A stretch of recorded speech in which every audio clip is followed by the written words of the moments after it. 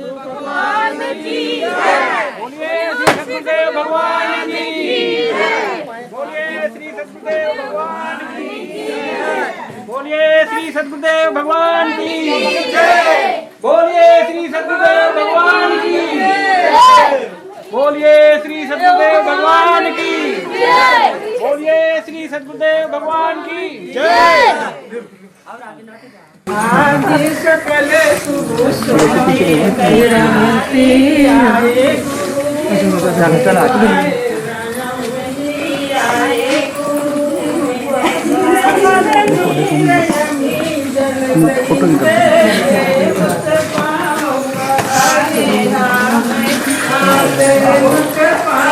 ओम श्री सद्गुरुदेव भगवान की जय।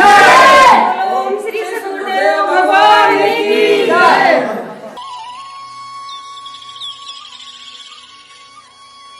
ओम श्री सद्गुरुदेव भगवान की जय। हम में तुम में बस भेद यही, हम नर हैं तुम नारायण हुए। हम हैं संसार के हाथों में ओम श्री सद्गुरुदेव भगवान की जय। संपूर्ण भारत में हिंदुओं में विशेष रूप से एक ही प्रश्न है कि पूजा किसकी करें, पूजनीय कौन है। अन्य देशों में इस बात को बताने की आवश्यकता नहीं होती, उनके सामने स्पष्ट है। ईसाइयों के सामने एक ही परमात्मा, मुसलमानों के सामने भी वैसे ही है। लेकिन हिंदुओं में अगर घर में 10 आदमी है तो 10 के देवता अलग, गुरु अलग, संस्था अलग, अलग अलग जगह पर जुड़े रहते हैं। कोई देवी का उपासक, कोई हनुमान जी का, कोई शंकर जी का, और कोई भूत प्रेतों को पूजता है, कोई लोक देवताओं को। इनके अलावा फिर कई प्रकार की संस्थाएं खुली हुई हैं, उनमें लोग जुड़ जाते हैं। कोई राधा स्वामी, कोई निरंकारी, कोई ब्रह्मा कुमारी, कोई हरिचर्चा, कोई राधे कृष्ण वाला। ऐसे तरह तरह का हिंदुओं में पूजा पद्धति भिन्न भिन्न है। और जब उनका अंत समय आता है, 80-90 साल के हो गए, अंत समय में कहते हैं बच्चे लोग, पिताजी स्मरण करो भगवान का। तो वो भगवान के स्मरण के नाम पे उनको याद आता है जो जो पूजा किए हैं बचपन से, जहां जहां गए सब एक झटके में। हे हनुमान जी, हे देवी माई, हे शंकर जी, और फिर जो भूत प्रेत जिसको मानते हैं, ब्रह्म बाबा जैसे यहाँ पे होता है, ऐसे तरह तरह से अपना लोग स्मरण करते हैं। एक ही झटके में 10-15 देवताओं को याद कर लेते हैं। यानी जीवन बीत गया, बचपन से लेके वृद्धावस्था आ गई, मरने की अवस्था आ गई, लेकिन व्यक्ति यह निर्णय नहीं कर पाता है कि पूजनीय कौन था, किसकी पूजा करनी थी, किसका भजन करना था। इस विषय में भारत में भ्रांति थी बहुत दिन से, आज भी वैसी की वैसी है। लेकिन जहां जहां गीता पहुंची है, पूज्य स्वामी जी की यथार्थ गीता लोगों ने पढ़ा है, थोड़ा थोड़ा भ्रांति दूर हुई है। लोग पहचानने लगे हैं कि ईश्वर कौन है, पूजनीय कौन है। तो उसी विषय पे हम बताएंगे कि पूजा किसकी करनी है, कौन है सृष्टि में पूजनीय। 3 महापुरुष प्रमुख हैं, भगवान कृष्ण, भगवान राम और भगवान शिव। इनका मत क्या है, इनके दृष्टि में पूजनीय कौन है, किसकी पूजा की जाए। तो सबसे पहले गीता, हमारा धर्मशास्त्र क्या है, गीता है। लोग कहते हैं कि कौन सा धर्मशास्त्र सबसे पुराना है, पहले उतरा, पहले आया सृष्टि में, तो गीता सबसे पुराना है। कुछ लोग वेद, उपनिषद, भागवत, बहुत सारे शास्त्र हैं। लेकिन भगवान कृष्ण कहते हैं कि मैंने इस अविनाशी योग को कल्प के आरंभ में सूर्य से कहा। जब सृष्टि की उत्पत्ति नहीं हुई तब जो है मैंने सूर्य से कहा, आकाशवाणी के द्वारा। और पुस्तक परंपरा नहीं थी, लिखने की परंपरा नहीं थी, तो सूर्य ने सुना, अपने पुत्र मनु को कहा, मनु ने अपनी स्मृति में धारण किया, अपने पुत्र इक्ष्वाकु को कहा। फिर यह परंपरागत उसके बाद जो हुए, फिर राजर्षि काल आते आते ये ज्ञान लुप्त हो गया। तो सबसे पुराना शास्त्र गीता, पहले नाम क्या था? अविनाशी योग। वेद बाद में अवतरित हुए। जब महाप्रलय हुआ तो मनु को भगवान ने वेद बताए, वेदों का संकलन हुआ। तो भगवान की पहली वाणी क्या है? गीता। वेद उसी का विस्तार है।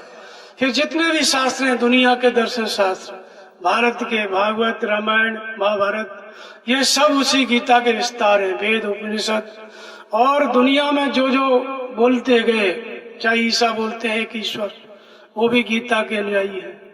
मोहम्मद कहते हैं कि ईश्वर, वो भी गीता की ही बात बताते हैं।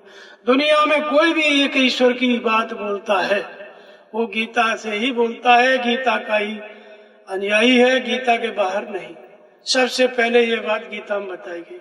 इसलिए भारतीय लोगों का, हिंदुओं का, सनातन धर्मियों का जो मूल धर्म शास्त्र है वो गीता है। उसी को वेद व्यास जी ने स्तुति किया, गीता सुगीता कर्तव्य किमन्य शास्त्र विस्तय या स्वयं पद्मनाभस्य मुख पद्मादि विनिश्चिता।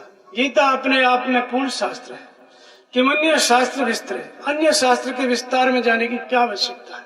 यदि आपने गीता समझ लिया और पढ़ लिया और उसके अनुसार आचरण करने लग गए तो आपको कुछ भी पढ़ने की जरूरत नहीं, किसी भी शास्त्र को सुनने की जरूरत नहीं, किसी का सत्संग सुनने की जरूरत नहीं। केवल गीता समझ लो और गीता की बात धारण कर लो, सब कुछ आपके पास है। मूल है गीता, सार है उपनिषद सार। उपनिषद और वेद सब इसी गीता का विस्तार है। सूत्र क्या है? गीता है। विस्तार रामायण भी है, कबीर बीजक भी है, भागवत भी है, वेद भी है, सब विस्तार है। गीता सूत्र है, सूत्र का विस्तार है। तो इसलिए भगवान व्यास ने स्तुति किया कि गीता सुगीता कर्तव्य। अन्य शास्त्रों को पढ़ने की जरूरत नहीं है। उन्होंने खुद ही चारों वेदों को लिखा, उपनिषद लिखे, ब्रह्म सूत्र लिखे, 18 पुराण शायद उनकी नहीं है, भागवत लिखा, महाभारत, लेकिन उन सबको शास्त्र नहीं कहा, क्योंकि व्यक्ति महाभारत 6 खंडों में इतना ऊंचा होता है और सब शास्त्रों को मिला दो तो इतने ऊंचे हो जाएंगे। जो रात दिन आदमी अपने काम में व्यस्त है, खेती कर रहा है, कोई नौकरी कर रहा है, कोई धंधा कर रहा है, इन सबको कैसे पढ़ेगा? और पढ़ते पढ़ते जीवन बीत जाएगा, वो निष्कर्ष ही नहीं निकाल पाएगा कि मुझे करना क्या है। इसलिए महर्षि व्यास ने सबका सार निकाल के धर्म शास्त्र के रूप में गीता प्रस्तुत किया और उसकी यथार्थ परिभाषा, शुद्ध व्याख्या यथार्थ गीता है। तो इसलिए गीता हमारा धर्म शास्त्र है। अन्य शास्त्र को पढ़ने समझने की आपको आवश्यकता नहीं है। इसलिए पहले हम गीता से समझेंगे कि उसमें इष्ट कौन है, पूजनीय किसको कहा है भगवान कृष्ण ने। तो गीता अध्याय 8 में भगवान कहते हैं, आ ब्रह्म भुवना लोका पुनरावर्तन अर्जुन मामोपेत्यति कौन्तेय पुनर्जन्म न विद्यते। ब्रह्मा से लेके कीट पतंग पर्यंत संपूर्ण सृष्टि पुनरावर्ती स्वभाव वाली है, जन्म मृत्यु के चक्र में भटकने वाली है। लेकिन जो मेरा भजन करता है वो पुनर्जन्म को नहीं प्राप्त होता। ब्रह्मा और ब्रह्मा से उत्पन्न सभी देवी देवता ये सब मरण धर्म है, नाशवान है। इसमें से आप किसी भी देवता की पूजा करते हो तो नश्वर की पूजा करते हो। लेकिन भगवान कृष्ण कहते हैं कि जो मेरी पूजा करता है, अर्थात एक परमात्मा की पूजा करता है, वो पुनर्जन्म को प्राप्त नहीं होता, अंत में मुझे प्राप्त होता है। जन्म चाहे जितने लगे, गीता के अनुसार भजन करोगे, पूजा करोगे तो भगवान की प्राप्ति होगी। बीच में चाहे जितना फेर लग जाए। फिर देवताओं के बारे में उन्होंने कहा अध्याय 7 में कि देवताओं की पूजा कौन लोग करते हैं। तो कहा कि कामेस्तैस्त हृदय ज्ञान प्रपद्यन्ते अन्य देवता तम तम नियमास्ताय प्रकृतिया नियता स्वया। कामनाओं के कारण जिनकी बुद्धि मोहित हो गई है, ऐसे अविवेकी जन मुझे छोड़कर अन्य अन्य देवताओं की पूजा करते हैं, कामना करते हैं। कामना आपके मन में है तो जिन देवताओं को आप जानते हैं तो ठीक है, नहीं जानते हैं तो कामनाओं के वश में होकर व्यक्ति नए देवता बना लेता है। पीपल में रंग पोत देगा, पत्थर में रंग पोत देगा, नया देवता तैयार कर देगा, बोलेगा इसके पास जाओ कामना पूरी हो जाएगी। नए नए देवता बना देते हैं। संतोषी माई एक फिल्म वालों ने बना दी, पहले नहीं थी लेकिन बाद में बन गई, और कामनाओं की पूर्ति भी लोग करने लग गए। ऐसे चलते रहते हैं। अभी एक नया लड्डू गोपाल निकल पड़ा है, सभी औरतों को भ्रमित कर दिया है, वो सब ले लेके बैठ जाती है। भगवान छूट गए, वो लड्डू गोपाल पीतल का लेके घूमती रहती है और उसके बारे में बताते रहते हैं, इसको यहाँ मत रखना, वहां मत रखना, साथ लेके जाना, ये करना। औरतें भ्रमित, भगवान छूट गए, उसको पीतल की मूर्ति को लेके ढोरेंगे सब। तो ऐसे भारत में हर साल नए देवता, नई पूजा पाठ उत्पन्न होती रहती है। जैसे बरसात में कीड़े मकोड़े उत्पन्न होते हैं, वैसे। तो ये सब क्यों होता है? इसमें किसका दोष है? हम धर्म को नहीं जानते, धर्म शास्त्र को नहीं जानते। तो भगवान कहते हैं कि जो कामनाओं के कारण जिनकी बुद्धि भ्रमित है, वो मुझे छोड़ करके अन्य अन्य देवताओं की पूजा करते हैं। तो अन्य देवताओं की पूजा करते हैं लोग, कामना की पूर्ति भी हो जाती है। अगर पूर्ति हो जाती है पत्थर पूजने से, किसी देवता को पूजने से, पेड़ को पूजने से, तो उसमें हर्जा क्या है? पूजें और कामना की पूर्ति करें, क्या नुकसान है? तो भगवान कहते हैं कि उनकी पूजा अविधि पूर्वक है। और उन्होंने कहा कि देवताओं को पूजने वाले भी मेरे ही पुजारी हैं। देवता नाम की कोई सक्षम सत्ता संसार में नहीं है।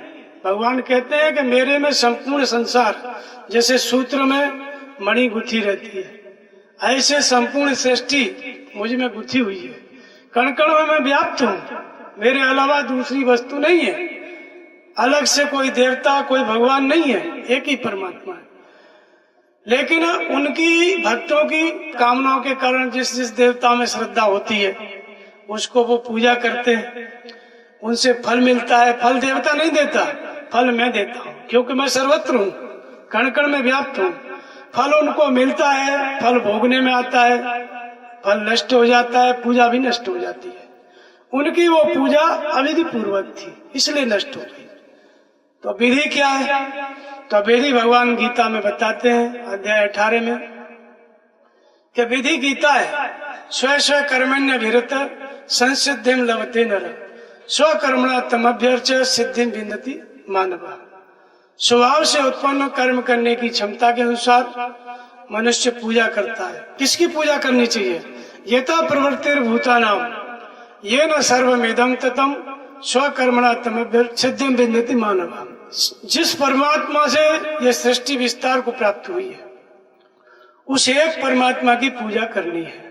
उस एक परमात्मा की पूजा की विधि क्या है? गीता है।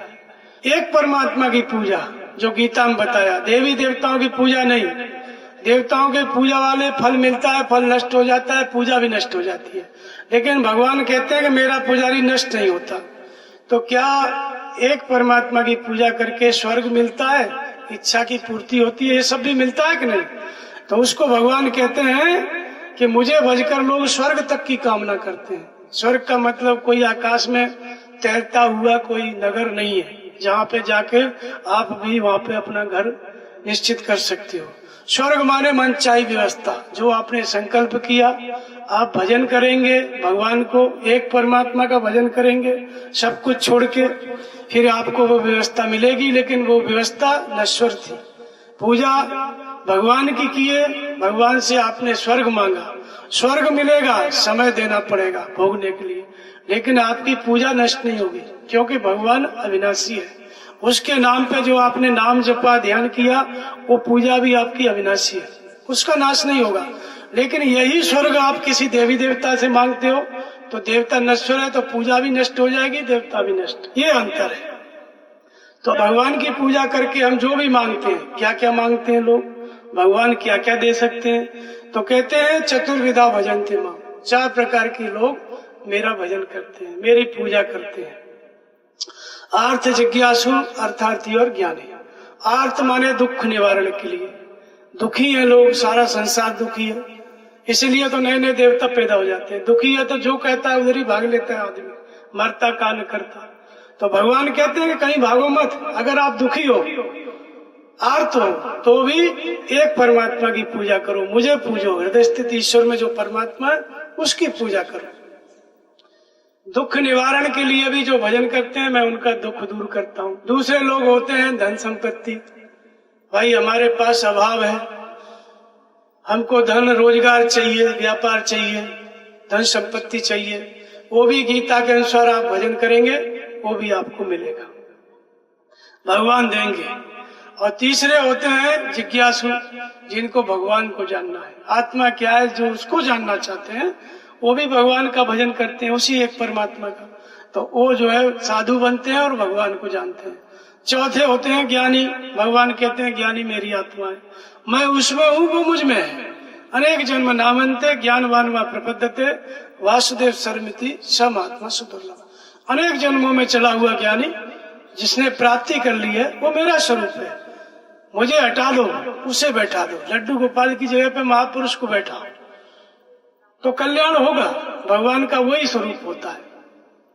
तो ये 4 प्रकार के भक्त हैं। इनमें से कोई स्वर्ग मांग रहा है, दुख निवारण मांग रहा है, कोई परमात्मा को मांगता है। भगवान सबकी इच्छा पूरी करते हैं। तो अगर हमको मांगना है तो परमात्मा से मांगो। फिर अर्जुन ने प्रश्न किया कि जिन लोगों की श्रद्धा है, देवी देवता की पूजा करते हैं, शास्त्र विधि से रहित होकर करते हैं। शास्त्र विधि तो गीता है, गीता के अनुसार भजन करना वो शास्त्र विधि है, एक परमात्मा की पूजा। लेकिन लोगों की श्रद्धा है और कुछ न कुछ पूजते रहते हैं, देवताओं को, भूत प्रेतों को, उनकी कौन सी गति होती है। अध्याय 16 में भगवान ने कहा कि अर्जुन, इस विषय में मनुष्य क्या करे क्या न करे। संसार में मनुष्य है तो उसका कर्तव्य क्या है, अकर्तव्य क्या है, इसके विषय में शास्त्र प्रमाण है। शास्त्र कोई और शास्त्र नहीं, गीता। तस्मात् शास्त्रम प्रमाणन्ते कार्य कार्य व्यवस्थितो ज्ञात्वा शास्त्र विधानोक्तम कर्म कर्तुम अर्हसि। कर्म के विषय में, कर्तव्य के विषय में ये जो शास्त्र है यह प्रमाण है, कोई और शास्त्र नहीं। वही गीता, सुगीता, कर्तव्य, गीता शास्त्र। इति गुह्यतमं शास्त्रम, भगवान कहते हैं ये गोपनीय से भी अत्यंत गोपनीय शास्त्र मेरे द्वारा तेरे प्रति कहा गया। तो शास्त्र का मतलब कुछ और न खोज ले कि भागवत में ही लिखा है तो रामायण में ही लिखा है, वहां, वो नहीं, केवल गीता। तो इस शास्त्र के अनुसार भजने वालों की गति तो क्या है, परमात्मा। और जो शास्त्र विधि को छोड़ के भजते हैं वो 3 प्रकार के होते हैं। उसमें भगवान ने 3 प्रकार की श्रद्धा बताई। जो सात्विक श्रद्धा वाले हैं वो देवी देवताओं को पूजते हैं, राजसी श्रद्धा वाले हैं यक्ष राक्षसों को पूजते हैं, तामसी श्रद्धा वाले भूत प्रेतों को। ये तीनों अथक परिश्रम करते हैं, घोर तप तपते हैं। देवी देवता का मतलब जो कुछ हमने मान रखा है, ये देवता वो देवता, उसमें श्रद्धा होती है, जिसमें ग्राम देवता भी आ जाते हैं। तो वो कहते हैं उनकी श्रद्धा सात्विक है। राजसी श्रद्धा वाले यक्ष राक्षसों को, जिनसे यश मिल सकता है, जो बाहर जैसे कोई कोई नेताओं को ही मानता है, उसी का मूर्ति रखा हुआ है, फोटो रखा हुआ है, पुराने जो मर गए उनके भी फोटो है, उनमें उनकी श्रद्धा है। बहुत से लोग नहीं कहते हम तो गांधीवादी हैं, अम्बेडकरवादी हैं। तो ये सब यक्ष राक्षसों के पुजारी हैं, माने किसी से यश मिल सके।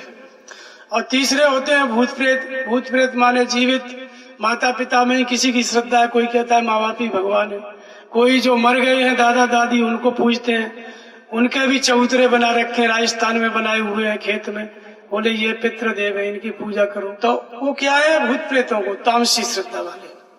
ये 3 प्रकार के लोग भगवान के गीता के अतिरिक्त जिनकी श्रद्धा है वो 3 भागों में बटे हुए हैं। भगवान कहते हैं ये घोर तप तपते हैं। भाई जिस देवता का जो नियम है वो बना हुआ है, किसी का नियम है पैदल यात्रा करो तो पैदल चले जाएंगे, किसी का और कुछ नियम है, जैसे लोग 9 दुर्गे में अपना छाती के ऊपर रख लेते हैं, वो जमा लेते हैं, धान क्या उगा देते हैं, नहीं 9 दिन तक खाते पीते नहीं है। तो ये घोर तप तप रहे हैं। लेकिन तान विद्य असुर निश्चयान, भगवान कहते हैं कि कर्ष्य अंत शरीरस्थम भूत ग्रामम चेष्टाम, अंतर्यामी रूप में मुझ परमात्मा को क्रश करने वाले हैं और बाहर भूत समुदाय को क्रश करने वाले हैं। क्रश करने का मतलब मुझसे दूरी पैदा करने वाले हैं। हमने पूजा की देवताओं की और भगवान से दूर हो गए, और दूरी नहीं हो गए, असुर हो गए। असुर माने कोई जैसे टीवी में आप देखते हैं वो नहीं। असुर का मतलब 2 प्रकार की संपदाएं होती है मनुष्य के अंदर, एक दैवी संपद, एक आसुरी संपद। जिसके अंदर आसुरी संपत्ति काम करती है वो असुरों जैसा है। आसुरी संपत्ति क्या है? मेरे द्वारा वो शत्रु मारा गया, उसको मारूंगा, मैं यज्ञ करूंगा, मैं दान दूंगा, ऐसी भावना रहती है, वो असुर है। और जिसके अंदर देवी संपत्ति काम करती है वो देवता है, सद्गुण। तो देवता और असुर मनुष्य के स्वभाव का नाम है, न कि बाहर कोई जाति। तो भगवान कहते हैं कि जो मुझे छोड़ के अन्य देवी देवताओं की पूजा करते हैं, सात्विक, राजस, तामस, तीनों प्रकार के लोग, उनको तू असुर जान। हमने देवताओं की पूजा की और हम हो गए असुर। सुर माने परमदेव परमात्मा, उसका देवत्व अर्जित होता था, उस दिशा में न चल के भगवान के विपरीत चल दिए। विपरीत कैसे चल दिए? हमने कामना की और देवता से पूरी हो गई, तो और कामना करेंगे, और कामना करेंगे तो उसको भोगने के लिए और जन्म लेने पड़ेंगे। तो भूत समुदाय को क्रश करना मतलब 10 जन्म बाद भगवान मिलने हैं तो 100 जन्म बाद मिलेंगे। ये क्रश हो गया भूत समुदाय, और भगवान से 100 जन्म की दूरी बढ़ गई। तो इस तरह से क्रश करने वाले हैं, दुर्बल करने वाले हैं, अर्थात दूरी पैदा करने वाले हैं। इसलिए तू इनको असुर जान। तो ये सभी प्रकार के लोग क्या है? असुर हैं। तो भगवान की जो पूजा की विधि है गीता के अनुसार, उसको भगवान बताते हैं कि वो क्या है। इस पूजा को भगवान ने यज्ञ नाम दिया। भगवान की पूजा को गीता में क्या कहा? यज्ञ कहा। यज्ञ में वो बताते हैं कि 14 प्रकार के यज्ञ हैं, उनमें से सभी प्रकार के यज्ञों में नाम का जप रूपी यज्ञ हो। तो संक्षिप्त में उस यज्ञ को बता देते हैं कि रोज हमको क्या करना है। तो कहते हैं ओमित्य काक्षरम ब्रह्म व्याहरण मामनुस्मरण यह प्रयाति तजंदे हम से आती परमाम गति। 2 बात बताई। ओम अक्षय ब्रह्म का परिचायक है, उसका तू जप कर और मेरे स्वरूप का ध्यान कर, स्मरण कर। गीता में बताया है कि ओम का जप। ओम का मतलब क्या होता है? ओम माने वो परमात्मा, अहम माने आप स्वयं। अहम व्यक्ति का कॉमन नाम है, माया अवश्य जीव अभिमानी। अहम माने अभिमान, अभिमान जीव की संज्ञा है। कोई भी चीज है, किसी की खो गई, किसी की मिल गई, तो पूछा जाए कि ये किसका है, मोबाइल किसका है, घर किसका है, तो वो सामने खड़ा है तो बोलेगा मेरा है, अपना नाम नहीं बोलेगा, मेरा है, यानी ये सब मेरा है, स्त्री हो चाहे पुरुष। तो अहम ये जीव का नाम है, संज्ञा है सबका, स्त्री पुरुष दोनों का नाम अहम है। ये जो बाहर के नाम है तो माँ बाप रखते हैं पैदा होने के बाद, लेकिन अहम उसका पैदा होने के पहले से नाम है, माया अवश्य जीव अभिमानी। तो अहम माने आप स्वयं, चाहे आप स्त्री हैं, चाहे पुरुष हैं, हिंदू हैं, चाहे मुसलमान हैं, किसी भी देश जाति के, अहम व्यक्ति का नाम है। और वो माने वो परमात्मा। कौन परमात्मा? जो कण कण में व्याप्त है, वो परमात्मा। तो वह परमात्मा अहम माने आप स्वयं, जो आपके हृदय में रहता है, उसका नाम क्या है? ओम। इसलिए ओम का जब भगवान ने बताया, तो बहुत से लोग राधे राधे जपते हैं, कृष्ण कृष्ण। भगवान ने कहीं भी कृष्ण जपने का, राधे तो नाम ही नहीं आया गीता में। अर्जुन ने क्षमा मांगा, हे कृष्ण हे यादव कहा, उसके लिए क्षमा करो। भगवान ने क्षमा भी किया। अर्जुन ने कहा कि मैं तब जानूंगा जब आप फिर से मनुष्य रूप में आ जाए। अर्जुन ने देखा तो फिर से भगवान उसी रूप में आ गए। तो फिर भजन कैसे करें जब कृष्ण कहना अपराध हुआ? तो जैसे भगवान कृष्ण ने कहा ओम का जप करो, 7 बार गीता में आया है ओम का जप, ऐसे ही हमको भजन करना है, उसी नाम का जप करना है, दूसरे नाम का नहीं। और दूसरा उन्होंने क्या बताया? मेरा स्मरण। अब उनका स्मरण करने के लिए क्या करें? लड्डू गोपाल घर में रखें, वृंदावन चले जाएं, क्या करें? तो उन्होंने अपना परिचय दिया। सबसे पहले अध्याय 18 में भगवान कृष्ण कहते हैं कि अर्जुन ईश्वर कहाँ रहता है जानते हो? खुद तो सामने खड़े थे, लेकिन फिर भी लोगों को बताने के लिए कहा कि ईश्वर कहाँ रहता है, क्योंकि आज तो अर्जुन है, कल के लोग कैसे समझेंगे। तो कहा कि ईश्वर सर्वभूतानां हृदय देशे अर्जुन तिष्ठति ब्राह्म्यान सर्वभूतानि यंत्रारूढ़ान माया। संपूर्ण प्राणियों के हृदय देश में रहता है। हृदय देश का मतलब क्या है? हृदय माने एक तो धड़कता है, जिसका डॉक्टर ऑपरेशन कर देता है, वो वाला हृदय नहीं, वो तो इस शरीर का अंग है। हृदय का मतलब होता है अंतःकरण की गहराई। जैसे आपका शरीर होता है, 2 हाथ 2 पैर मुख रहता है, नहीं रहता है। अब शरीर का परिचय आप दोगे तो सब कुछ आ जाएगा उसमें। ऐसे ही हृदय देश क्या है? उसके हाथ पैर क्या है? मन बुद्धि चित्त अहंकार, ये चतुष्ट अंतःकरण। ये क्या है? उसके हाथ पैर है। लेकिन ये भी पूरा हृदय नहीं है, इसकी भी जो गहराई है, जैसे हाथ पैर दोनों शरीर नहीं है, उससे भी आगे है शरीर, बहुत कुछ है। ऐसे ही मन बुद्धि चित्त अहंकार, ये चतुष्ट अंतःकरण, इसकी जो गहराई है उसका नाम क्या है? हृदय देश। इसकी गहराई को जब आप नापोगे तो उसी में परमात्मा मिलेगा, उसी हृदय में ईश्वर का निवास है। ये कैसे समझ में आएगा? तो हमारा जो मन है सदा योजना बनाता है, योजना बनाने वाली शक्ति को मन कहते हैं। योजना कहो, प्लानिंग कहो, जैसे दिन भर मनुष्य सोचता रहता है, ये करेंगे, फिर ये करेंगे, फिर ये करेंगे, और दिन भर सोचने के बाद किसी एक काम पे निश्चय करता है कि नहीं भाई हमको अभी यही करना है, बाकी काम नहीं करने। तो निश्चय कर लिया, उस निश्चय करने वाली शक्ति को बुद्धि कहते हैं। योजना बनाना मन, और योजना बनाते बनाते निश्चय कर लिया बुद्धि, और निश्चय किए हुए के अनुसार चिंतन करने लग गया, रिपीट करने लग गया, रोज उसको याद करने लग गया, उसी काम में प्रवृत्त हो गया, तो उसको कहते हैं चित्त, चिंतन करने वाली शक्ति। और चिंतन पूरा हुआ, कार्य पूरा हुआ तो अहंकार, मैंने ये किया, मैंने वो किया, मैंने पढ़ाई कर ली, मैं कलेक्टर हो गया, इंजीनियर हो गया, ये हो गया, वो हो गया। तो जो कुछ हुआ उसके पहले योजना मन ने बनाई। तो इसी अंतःकरण की गहराई में किसका निवास है? परमात्मा का। समझ में नहीं आता। क्यों नहीं आता? क्योंकि हम योजना संसार की बनाते हैं। जिस दिन योजना आप परमात्मा की प्राप्ति की बना लोगे कि अब तो हमें भगवान को ही पाना है, ये योजना पाना है, तो आपको सदगुरु मिल जाएंगे, नाम जप की विधि समझ में आ जाएगी, नाम जपने लग गए, डिसीजन ले लिया, और डिसीजन ले लिया, नाम जपने लग गए, नाम का चिंतन करने लग गए, तो एक दिन आप जो है जिस नाम का जप करते हो उस भगवान के स्वरूप में परिवर्तित हो जाओगे, जीव ईश्वर के रूप में परिवर्तित हो जाएगा। वही जो है जीव का असली अहंकार है। वो क्या है? अहंकार शिव बुद्धि। वो कौन सा अहंकार है? वो शिव का स्वरूप है। और अभी कौन सा है? जीव का स्वरूप है। तो जीव से शिव हो जाता है इसी अंतःकरण से जब वो निर्णय लेता है। तो जो जीव था, निर्णय लिया भजन करना है, भजन पूरा हो गया तो कौन हो गया? शिव हो गया, ईश्वर हो गया। तो अंतःकरण की गहराई में भगवान मिला कि नहीं? मिला ना। इसी हृदय देश में परमात्मा का निवास है। तो इसलिए भगवान ने कहा कि ईश्वर हृदय में रहता है। शरण किसकी जाए? तो कहते हैं तमेव शरणम गच्छ सर्वभावेन भारत तत्प्रसादात् परम शांति स्थानम प्राप्यति सस्तु। संपूर्ण भावों से, संपूर्ण श्रद्धा से हृदय स्थित ईश्वर की शरण जा। मान लिया जाए हमने सारी मान्यताएं तोड़ी, गीता की बात मानी, भगवान जो हृदय में है उसके प्रति समर्पित हो गए, तो वो हृदय का ईश्वर हमको क्या देगा? तो कहते हैं तत्प्रसादात् परम शांति, परम शांति को प्राप्त करेगा। हम बाहर देवी देवताओं की पूजा करते हैं, संस्थाओं से जुड़ते हैं शांति के लिए, समृद्धि के लिए, और उस शांति और समृद्धि का सुख का स्रोत क्या है? हमारे ही अंदर का ईश्वर।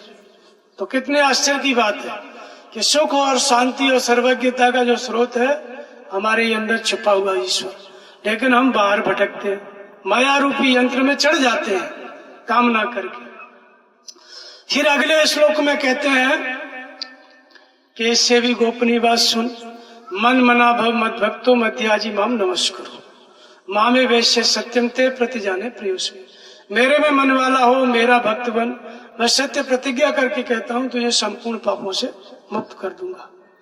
इससे भी आगे कहते हैं कि सर्व धर्मान प्रत्याज्यम मामेकम शरणम व्रज अहम त्वाम सर्व पापेभ्यो मोक्षयिष्यामि मा शुचः। संपूर्ण धर्मों की चिंता छोड़ एकमात्र मेरी शरण हो जा। भगवान एक, गीता एक, दो बात बताता है। पहले कहा ईश्वर तेरे अंदर है, उनकी शरण जा। फिर कहते हैं मैं ईश्वर हूं, मेरे पास आ। हृदय के ईश्वर को जानने के लिए हमें एक ऐसे महापुरुष की आवश्यकता है जो भगवान कृष्ण जैसा हो, जिसने हृदय के ईश्वर को जान लिया हो, उसी रूप में प्रतिष्ठित हो, जो 24 घंटे भगवान के निर्देशन में जीता हो। उसी को हम कृष्ण कहते हैं, उसी को राम कहते हैं, उसी को बुद्ध कहते हैं, उसी को महावीर कहते हैं। वही कबीर है, वही शिव है, वही हनुमान है। तो जो महापुरुष है वर्तमान में, जब भगवान कृष्ण कहते हैं मेरी शरण में आ, सब कुछ छोड़ के, भगवान राम कहते हैं भक्ति मोर पुराण सुत गाई, मेरी शरण में आ, बुद्ध कहते हैं बुद्धम शरणम गच्छामि, ऐसे मोहम्मद और जीसस सब कहते हैं मेरे पास आओ। अरे किस किस के पास आप जाओगे? ये सब बुला रहे हैं, किसके पास जाओगे? इन सब के बुलाने का मतलब है कि वर्तमान समय में जो महापुरुष है वही कृष्ण है, वही राम है, उसके पास जाना है। क्योंकि आज जो प्रधानमंत्री है वही काम करेगा, जो पहले वाले थे मनमोहन सिंह या कोई, उनके पास जाने से काम नहीं होगा। इस समय जो पद पे बैठा है उसी से उद्धार है। इसलिए सदगुरु, वर्तमान सदगुरु जो शरीर से है वही कृष्ण है, वही राम है, वही बुद्ध है, सब कुछ वही है। अगर हमें भगवान की चाह है, हृदय स्थित ईश्वर को जानना है, तो उसकी शरण में जाए। हृदय स्थित ईश्वर के प्रति आप पहले श्रद्धा स्थिर करोगे तो आपको खोजना नहीं पड़ेगा कि आज इस दुनिया में कृष्ण जैसा कौन है, राम जैसा कौन है, कबीर जैसा कौन है, बुद्ध जैसा, ये सब खोजने की जरूरत नहीं है। आपको क्या करना है, भगवान की पहले वाली बात माननी है। वो कहते हैं ईश्वर हृदय में, पकड़ लो उसको, ईश्वर हृदय में मान लो, उसको मान लो जो कहते हो गीता की बात। अब उसको जानने के लिए वो काम हृदय के ईश्वर का है। हृदय का ईश्वर प्रेरणा करेगा, स्वप्न में बताएगा कि वो तुम्हारे गुरु है, वो महापुरुष है, वहां चले जाओ। जैसे ही श्रद्धा स्थिर होगी हृदय स्थित ईश्वर में, वैसे ही भगवान पहला काम क्या करेंगे, जो कृष्ण जैसे महापुरुष होंगे दुनिया में, उनके पास आपको भेज देंगे। जब वो आप चले गए, आपको विश्वास हो गया, वो हो गए गुरु, आप हो गए शिष्य, हृदय में श्रद्धा स्थिर हो गई। अब ये जो है आपको पता चल गया कि गीता में पूजनीय कौन है, हृदय स्थित ईश्वर। और हृदय स्थित ईश्वर ने प्रेरणा करके जिस महापुरुष को आपको गुरु बनाया वो पूजनीय है। इस तरह से ये गीता में बताया। अब इसमें लोगों को ये रहता है कि भाई अर्जुन तो बड़ा भाग्यशाली था, उतना पुण्य हमारा कहाँ, हम तो बड़े पापी हैं, हमारे लिए तो गीता नहीं है, वो तो अर्जुन के लिए थी। तो ऐसी बात नहीं है। गीता में भगवान कृष्ण ने कहा है, क्या कहा है, अपि चेत सुदुराचारो भजते माम अनन्य भाग साधु रेव समन्तव्य सम्यक विविधो। अत्यंत दुराचारी, जो दुराचार की अंतिम पंक्ति में खड़ा हुआ है, जिसको आप लोग सबसे पापी समझते हो, वो अत्यंत दुराचारी भी जो रात दिन पाप कर रहा है, कसाई की दुकान कर रहा है, उसको भी कहते हैं कि अनन्य भाव से अगर मेरे प्रति समर्पित हो गया, उनके प्रति समर्पित माने हृदय स्थित ईश्वर के प्रति, महापुरुष के प्रति, वहां श्रद्धा स्थिर हो गई तो वो साधु मान्य नहीं हो गया। और इतना ही नहीं, क्षिप्रम भवति धर्मात्मा शाश्वत शांति निगच्छति कौन्ते प्रति जानी है न मे भक्त पुनर्सति। इतना ही नहीं, इससे आगे भगवान कहते हैं कि क्षिप्रम भवति धर्मात्मा, वो परम धर्म परमात्मा से शीघ्र ही संयुक्त हो जाता है और सदा रहने वाली शाश्वत शांति को प्राप्त कर लेता है। कौन, जो 2 दिन पहले बकरा काटता था, वो भी अगर जुड़ गया हृदय के ईश्वर से, तो जो मंदिर में रोज पूजा करता है उससे आगे निकल जाएगा। वो तो भले ही पूजा कर रहा है, वो भले ही कसाई है, लेकिन वो हृदय के ईश्वर से जुड़ा ना, वो तो अभी बाहर भटक रहा है, उसको पूजा का ज्ञान ही नहीं। तो इसलिए हृदय स्थित ईश्वर से सीधा आदमी भगवान की तरफ चलता है तो शीघ्र धर्मात्मा होता है। तो आप ये मत समझो कि हम तो पापी हैं, तो हम स्त्री हैं, हम कैसे ओम का जप करें। भगवान ने ये कहा ही नहीं कि किसको, भगवान ने कहा कि ओम का जप करो, स्त्री पुरुष दोनों। ये तो बीच में लोगों ने भ्रम फैला दिया, ये नहीं जपेगा। जब भ्रम फैलने लगा तो भक्तिकालीन संतों ने राम नाम का जप शुरू करा दिया। कबीरदास, तुलसीदास, मीराबाई, इन्होंने कहा भाई राम नाम का जप करो। सब हल्ला मचा रहे, ओम ओम नहीं जपेंगे, स्त्रियां नहीं जपेंगी। तो बीच में कहा राम नाम शुरू कर दो। राम नाम का जप किए तो वही परिणाम मिला जो ओम का जप करने से ऋषियों को मिला, वही राम नाम का जप करने से कबीर को मिला, तुलसीदास को मिला, मीराबाई को मिला, वही परमात्मा मिला। राम कोई और, ओम कोई और, ऐसी बात नहीं। ओम इत्य का अक्षर ब्रह्म, अक्षर ब्रह्म का परिचय क्या, कौन, ओम। राम कौन है, राम ब्रह्म व्यापक जग जाना। जिस ब्रह्म का संबोधन ओम है, उसी ब्रह्म का संबोधन राम है। ये दोनों एक ही परमात्मा के नाम है और इस नाम को जपने की विधि है बैखरी मध्यमा पश्यंती परा। 4 प्रकार से नाम जपा जाता है। बैखरी माने बोल करके, सारा जीव जगत बोल के काम चलाता है। जब आप अपने मन की बात दूसरे को बताओगे तब वो सुनेगा, तब आपकी बात पता चलेगी। आपके मन में क्या है, उसके मन में क्या है, मन से मन में नहीं बता सकते। बता सकता है कोई, बोलना पड़ेगा। तो हम कहाँ फंसे हुए हैं, वाणी के स्तर पे। इसलिए बोल के नाम जपना, ताकि वाणी वाला जो पाप है वो पहले कटे। तो बोल के जपने को कहते हैं बैखरी। जैसे ओम ओम ओम, या राम नाम जपना है तो राम राम राम, कभी ओम कभी राम, ऐसे भ्रमित मत होना। क्षण में ओम क्षण में राम, ऐसा नहीं। केवल एक नाम को चुनो। राम नाम अच्छा लगता है, राम नाम जपो जीवन भर। ओम अच्छा लगता है, ओम को जपो। तो बोल के आप जप रहे हैं तो उसको बैखरी कहते हैं। फिर इससे आगे आती है मध्यमा।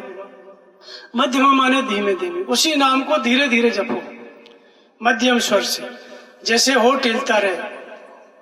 होठ हिलता रहे, आप ही बोलो आप ही सुनो, जरूर बोलो जरूर सुनो, नहीं तो मन धोखा दे देगा। लोग बहुत से कहते हैं कि हम तो मन ही मन में करते हैं, हम तो ध्यान लगाते हैं। अरे वो कुछ नहीं लगता है, मन धोखा देता है। मन ही मन कुछ नहीं होता है। जीभ से बोलोगे, कानों से सुनोगे तो आपको समझ में आएगा कि हमने कुछ किया, और चुपचाप बैठ जाओगे तो कुछ नहीं पता चलेगा, मन भाग जाएगा पल में। तो इसको क्या कहते हैं? मध्यमा। और इससे आगे आती है पश्चंती। पश्चंती का मतलब होता है पश्च माने देखना। किसको देखना? श्वास को देखना। ये श्वास 24 घंटे चल रही है। ये श्वास क्या है? सीढ़ी है, एक ब्रिज है। बाहर संसार और भीतर परमात्मा, ये दोनों को जोड़ता है।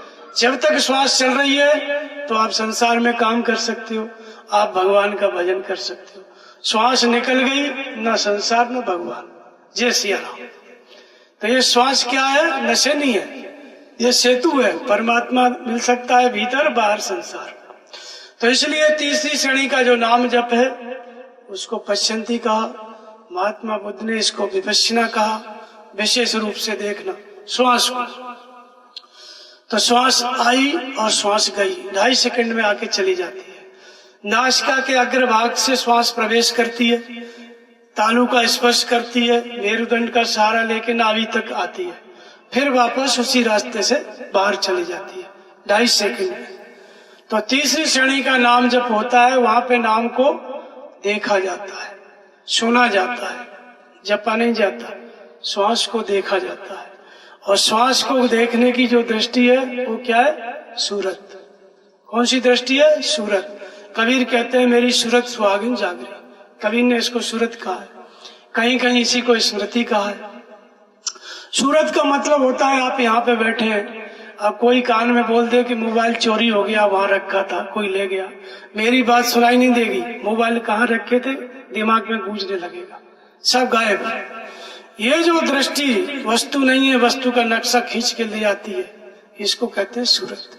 श्वास का भजन इसी सूरत से किया जाता है। तो बहुत से लोग श्वास को खींचते हैं और जोर से बोलते हैं ओम, उनको लगता है हम श्वास का जप कर रहे हैं।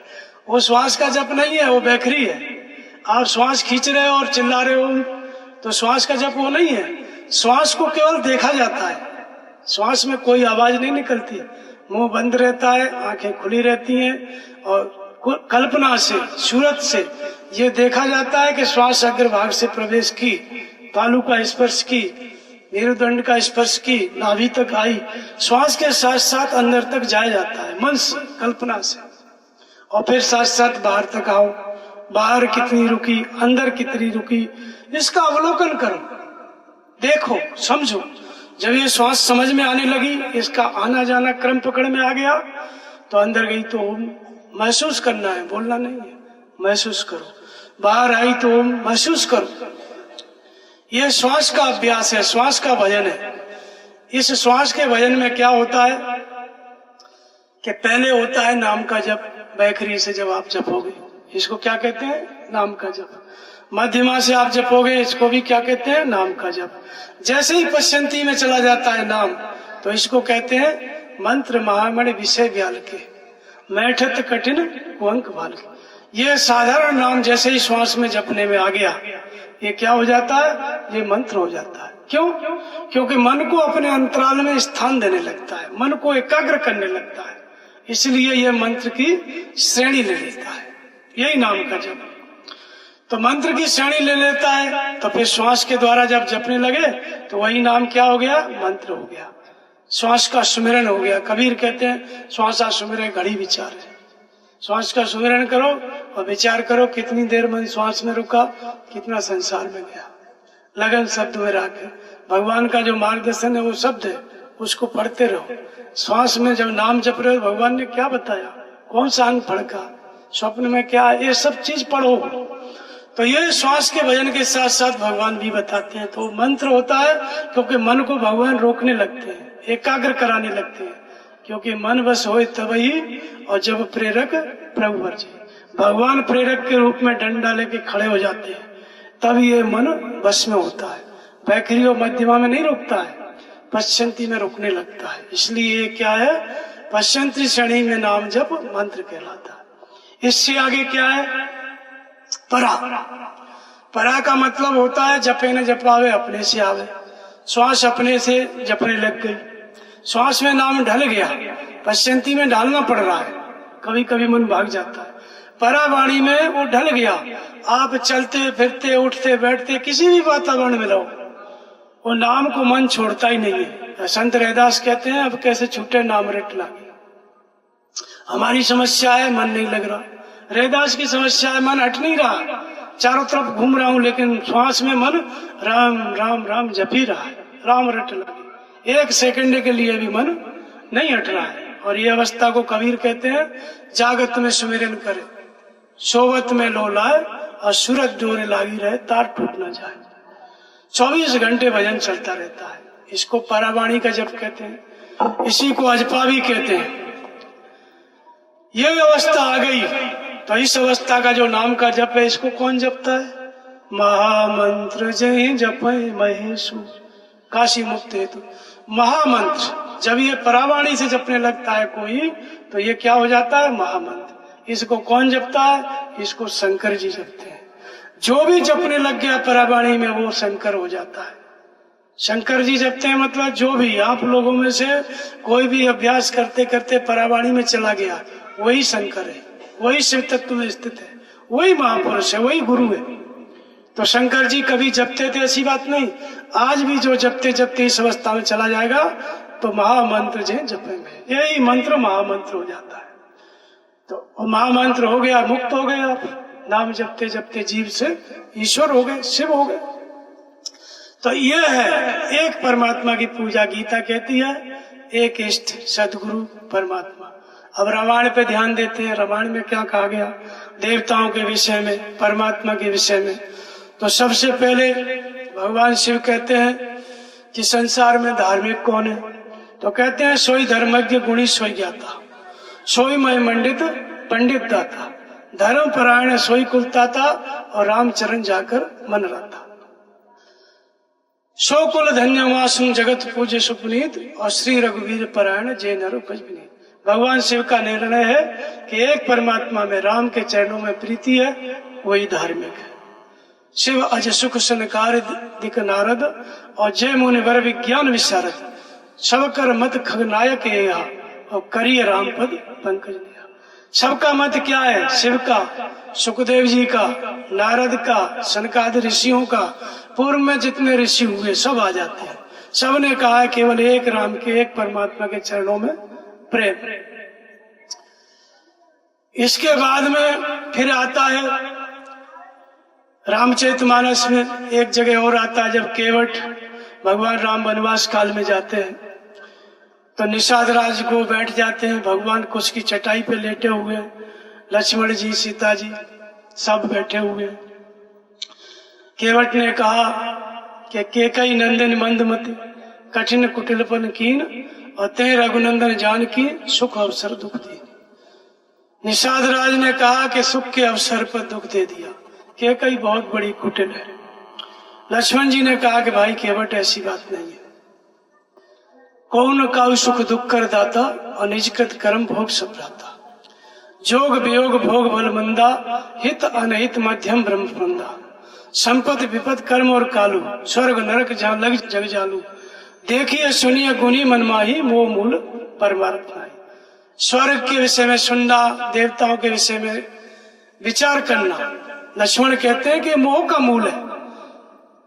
तो देवताओं की पूजा करना, देवताओं के विषय में सुनना गुनना, ये क्या है, ये मोह का मूल है। उनकी पूजा करोगे तो बार बार जन्म मृत्यु के चक्र में भटकोगे। तो फिर किसकी पूजा करने के लिए कहा लक्ष्मण जी, तो कहा कि सखा परम परमार्थ है वो, और मन क्रम वचन राम पद। परमार्थ क्या है, मन क्रम वचन से एक परमात्मा के चरणों में, राम के चरणों में प्रेम। लक्ष्मण भी कहते हैं केवट से कि सब कुछ भ्रम है, मोह है, किसी की पूजा नहीं, केवल एक राम की। इसके बाद फिर इनको गरुड़ को संदेह हुआ। गरुड़ को संदेह हुआ, ब्रह्मा जी के पास गया। ब्रह्मा जी समझ गए।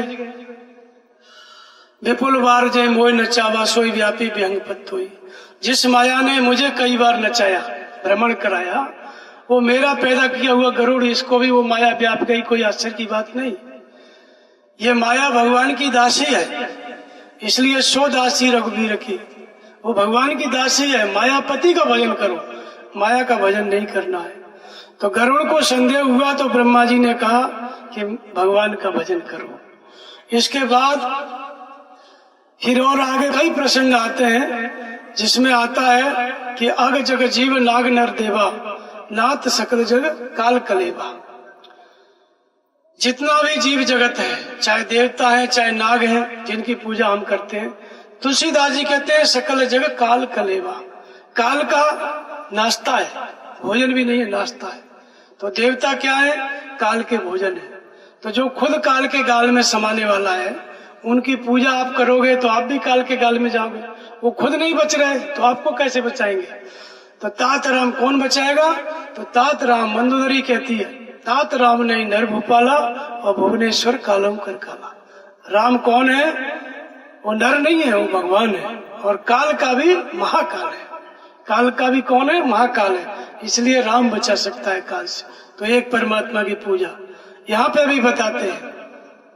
इसके बाद फिर आगे प्रसंग आता है कि देवताओं के अंदर कितनी क्षमता है। क्या देवता अंतर्यामी है, मनोगत भाव जानते हैं? तो ऐसी बात भी नहीं। देवता जब नारद जी भजन करने लगे तो देवता, जो देवताओं का राजा इंद्र है, तो उसको लगा कि मेरा इंद्रासन लेने वाले हैं। यानी देवर्षि नारद भजन कर रहे थे भगवान के लिए, और इंद्र समझ नहीं पाया उनके मनोगत भाव कि ये किसके लिए भजन कर रहे हैं, और अपनी सेना भेज दिया नारद जी को पद से विचलित करने के लिए। नारद जी की दृष्टि में इंद्रपद क्या था? सूख हार ले भाग सठ, स्वान निरख मृगराज। शेर को देखता है कुत्ता, सूखी हड्डी चबाता है, और देखेगा शेर को तो लेके तेजी से भागेगा। उसको लगता है शेर हड्डी छीन लेगा। शेर हड्डी खाएगा? शेर तो अपना शिकार करता है, भैंसा मारता है, हिरण मारता है। तो नारद जी की दृष्टि में इंद्रपद क्या था? सूखी हड्डी का टुकड़ा। और इंद्र को लगा कहीं नारद जी इंद्रपद न ले ले। तो देवताओं का राजा इंद्र ये भी नहीं जानता कि किसी के मन में क्या है, मनोगत भाव ही नहीं समझते। तो इसलिए इन देवताओं की पूजा करके आप मोक्ष नहीं पा सकते, आप भी भ्रमित हो जाओगे। इसके बाद रामचरितमानस में कहते हैं कि विषय करण सुर जीव समेता, सकल एकते एक सचेता, सबकर परम प्रकाशक जोई, और राम अनाद अवध पद सोई। देवताओं का पराक्रम क्या है? और ऐसी बात नहीं है कि देवता नारद जी के लिए बाधा थे। जो भी भजन करता है आज भी, उसके लिए भी देवता ही बाधा है। कैसे बाधा है? तुलसीदास जी कहते हैं उत्तरकांड में, केंद्रीय सुरन ज्ञान सुहाई, विषय भोग पर प्रीत सदाई। सदा विषय भोग की प्रीत है देवताओं की। और आवत देखें विषय बिहारी, होते हट दे कपाट उगारी। जब कोई भजन करने लगता है, थोड़ा भी ये इंद्रियों के जो दरवाजे हैं, आंख का देवता आंख पे बैठा है, कान का देवता कान पे बैठा है, जैसे ही विषय आता है रूप, तुरंत दरवाजा खोल देते हैं और आदमी को, भजन करने वाले को विषय में उलझा देते हैं। तो ये नारद जी के लिए बाधा थे, ऋषि मुनियों के लिए, ये तुम्हारे लिए भी बाधा है। इसलिए इनका भजन करके आप लोग भी जो है मुक्त नहीं हो सकते, और भटक जाएंगे। ये खुद विषयों के वश में है। तो इसलिए भजन किसका? एक परमात्मा का। देवता लोग थे, त्रिकालज्ञ भी नहीं थे, वो तीनों कालों की बात भी नहीं जानते थे। राम रावण का युद्ध हो रहा था, तो जब लड़ते थे राम रावण, तो देवता लोग बोलते थे जय हो जय हो। ये नहीं बोलते थे कि राम की जय, रावण की जय। क्या पता कौन जीत गया? कहीं रावण जीत गया तो मारेगा। अभी भी उसके यहाँ बंदी हैं हम लोग। जय हो बोलते थे। जब इंद्र ने देखा कि भगवान की विजय निश्चित है, तो रथ भेज दिया। और जब रावण मारा गया तो आके खड़े हो गए, आकाश में स्तुति करने लगे। कृत कृत्य प्रभु सब बानर ए, निरखत तव आनंद सादर जे। जग जीवन देव शरीर हरे, तब भक्त बिना हो भव भूल परे। देवता लोग कहते हैं कि ये वानर कृतार्थ है, कृतकृत्य है, जो सदा आपके मुखार बिंदु का दर्शन कर रहे हैं। हम शरीर जो धारण किए देवता, इस शरीर को धिक्कार है, आपकी भक्ति भी नहीं कर सकते और भव भूल परे, संसार में भूल गए। तो जिन देवताओं की पूजा करके आप मुक्ति चाहते हो, शांति चाहते हो, वो खुद मनुष्य शरीर से आसमान है, वो खुद भटके हुए हैं। तो देवता की पूजा से आपको क्या मिलेगा? कुछ भी नहीं। इस तरह से फिर देवताओं के बारे में बताते हैं कि उनका पराक्रम कितना है, उनकी ताकत कितनी है। तो जब रावण चलता था तो उसको देख के देवता लोग डर के भाग जाते थे। रावण आवत सुने सकोहा, देवंत के मेर गिर हुआ। देवता लोग सुमेर पर्वत की गुफा में छुप जाते थे। अब देवता लोग तो भाग के चले गए गुफा में। देवियां, देवताओं की लड़कियां कहाँ जाएंगी? रावण पुष्पक विमान में भरा और सबको लंका लेके चला गया और लंका में राक्षसों से को विवाह कर दिया, वितरित कर दिया और देवताओं को बंदी बना लिया। देवताओं की ताकत क्या थी वहां रावण के यहाँ? तो राविशस पवन वरुण धनधारी, अग्नि काल जम सब अधिकारी, आयस करें सकल विविता, आय नवे नित चरण विनीता।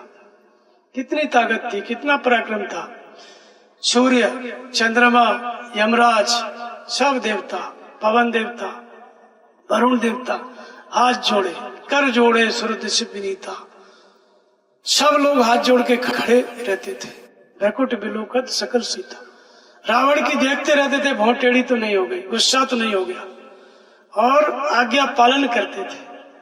जो देवता रावण के गुलाम थे उसकी आज्ञा पालन करते थे। उन देवताओं की पूजा करके आप मुक्त कैसे हो सकते? जो खुद बंधा हुआ है वो आपको मुक्त कैसे कर सकता है? यह देवताओं का पराक्रम था। तो देवताओं के भजन से कोई मुक्त नहीं हो सकता। इसके बाद रामचरितमानस में आया है कि देवताओं से किस किस ने सहायता मांगी और देवताओं ने कितनी सहायता की। 3 जगह पे आता है। सबसे पहले जब असुरों का आतंक हुआ, रावण का आतंक हुआ, तो पृथ्वी, धरती माता गाय का रूप धारण करके गई देवताओं के पास कि भाई कुछ उपाय बताओ, तुम शक्तिशाली हो हमसे ज्यादा। देवताओं ने कहा माता हम भी कुछ नहीं कर सकते, हमारा बस नहीं है, हम तुम्हें नहीं बचा सकते, हम तो खुद बंधे हुए। फिर सब देवता मिलके पृथ्वी गाय का रूप धारण करके ब्रह्मा जी के पास गए। ब्रह्मा सब जाना मन अनुमाना, मोरे कछन सहाय, जा करते हैं दासी सो अविनाशी, मोरे तोर सहाय। ब्रह्मा जी समझ गए किस लिए आए, लेकिन उन्होंने कहा कि मैं कुछ कर नहीं सकता, जिसकी तू दासी है वो अविनाशी है, उसका भजन करो। उसके भजन की विधि क्या है ये भी देवता नहीं जानते थे। वो विधि सब खोजने लगे कि भगवान कहाँ मिलेगा, कहाँ पाइए प्रभु करिए पुकारा। ब्रह्मा जी ने कहा कि भाई देवताओं भगवान का भजन करो। तो सब विचार करने लगे कि देवता भगवान कहाँ मिलेंगे। देवता सोचने लगे तो आपस में कहने लगे सब, पूर्व वैकुंठ जान कह कोई और को कह पैनिद बस प्रभु सोई। कोई कहता था क्षीर सागर में, कोई कहता था भगवान वैकुंठ में रहते हैं, शंकर जी भी थे। उन्होंने सबकी बात सुनी, फिर अपना निर्णय दिया।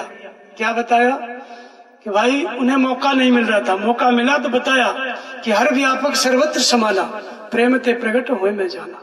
उन्होंने जिस उपाय से भगवान को पाया, उनका जाना हुआ उपाय था, वो देवताओं को बताया कि भगवान सर्वत्र समान रूप से व्याप्त है, कण कण में व्याप्त है। और प्रकट कैसे होता है? प्रेम से होता है। प्रेम करो और प्रकट हो जाएगा इसी क्षण। भगवान शंकर की बात को सबने माना। ब्रह्मा जी ने कहा कि हम लोगों में यही साधु है, साधु साधु कहे ब्रह्म बखाना। ब्रह्मा जी ने कहा कि भाई यही साधु है और इनकी बात को मानो। भगवान शिव की बात को सबने माना और फिर क्या स्तुति किया, सबने मिलकर स्तुति किया। स्तुति किया कि तो क्या हुआ, गगन गिरा गंभीर भई हरण शोक संदेह। आकाशवाणी हुई, भगवान ने आकाशवाणी दिया। भगवान कोई ऐसे पैदा नहीं हुआ 4 हाथ वाला चक्र लेकर के, केवल आकाशवाणी दी। और क्या कहा, जन डरपो मुनि सिद्ध सुरेशा और तुम्हें लाग धरियो नरवेशा, मैं अवतार लूंगा डरो मत। फिर समय आया तो उसी आकाशवाणी देने वाले परमात्मा ने भगवान राम का अवतार लिया। फिर देवताओं का कष्ट दूर हुआ तो इसमें भी क्या है कि देवताओं को ये भी नहीं पता कि विधि क्या है। तो पृथ्वी ने सहायता मांगी देवताओं से, लेकिन सहायता नहीं कर सके, भगवान शिव ने किया। इसके बाद और किसने सहायता मांगी देवताओं से? माता सीता। सीता जी भी बचपन से ही देवी देवताओं की पूजा करती थी। आप लोग सभी करते हो, तुलसी की पूजा, पीपल की पूजा, जो लोक देवता हैं, ग्राम देवी हैं, वो सब माताएं ले जाती हैं। जहां जहां जो देख रहा है कि ये इसकी पूजा कर रहा है, पड़ोस में देख रहा है, वो भी उसकी करने लगेगा। ये विरासत में सबको मिलती है पूजा। तो इसी तरह सीता जी को भी मिली। सीता जी भी गिरजा पूजन जननी पढ़ाई। उनकी माता ने कहा कि जाओ पार्वती की पूजा करो। पूजा करके लौट रही थी तो भगवान पे दृष्टि पड़ी। बगीचे में भगवान राम को देखा। राम को देखा तो सीता जी ने कहा कि यही वर मेरे लायक है। और फिर लौट के पूजा करके लौट रही थी और पुनः पूजा करने चली गई फिर पार्वती जी के पास। और फिर बोली कि माता जी मुझे यही वर चाहिए, मेरा विवाह इन्हीं से हो जाए। तो देवी ने अलग से कोई आशीर्वाद नहीं दिया। देवी ने कहा कि सो बल मिले जाए मन राजा, नारद वचन सदा सुच सोचा। नारद उनके गुरु थे। कहा नारद जी ने जो कहा है वही मिलेगा, मेरी तरफ से मैं कुछ नहीं दे सकती, जो तुम्हारे गुरु ने कहा है वही तुम्हें मिलेगा। सीता जी अपना लौट के आ गई। अब वहां जनक जी ने रखा था प्रण, जो धनुष को तोड़ेगा उसको जो है सीता मिलेगी। अब धनुष तोड़ने के लिए सब लोग अजमाए। 10,000 राजा एक साथ प्रयास किए, धनुष हिला भी नहीं।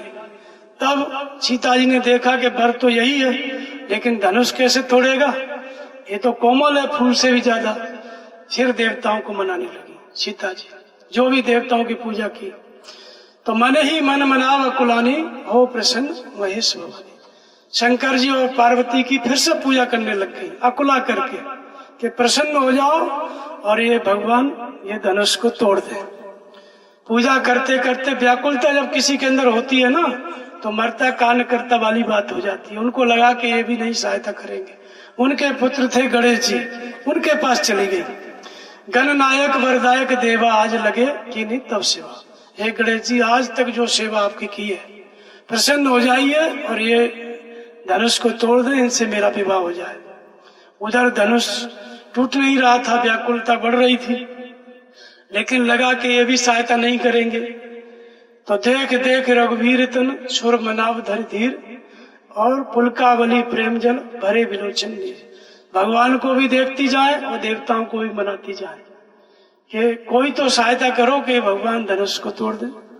जब देखा कि कोई देवता सहायता नहीं कर सकता, तब सब जगह से आस छोड़ी और तन मन वचन मोरपन साचा और रघुपति पद सरोज चित्राचा।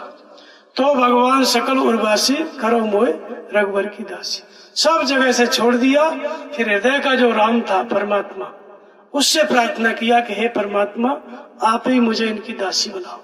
भगवान ने देखा कि मेरे प्रति प्रेम है, सब जगह से श्रद्धा हट गई।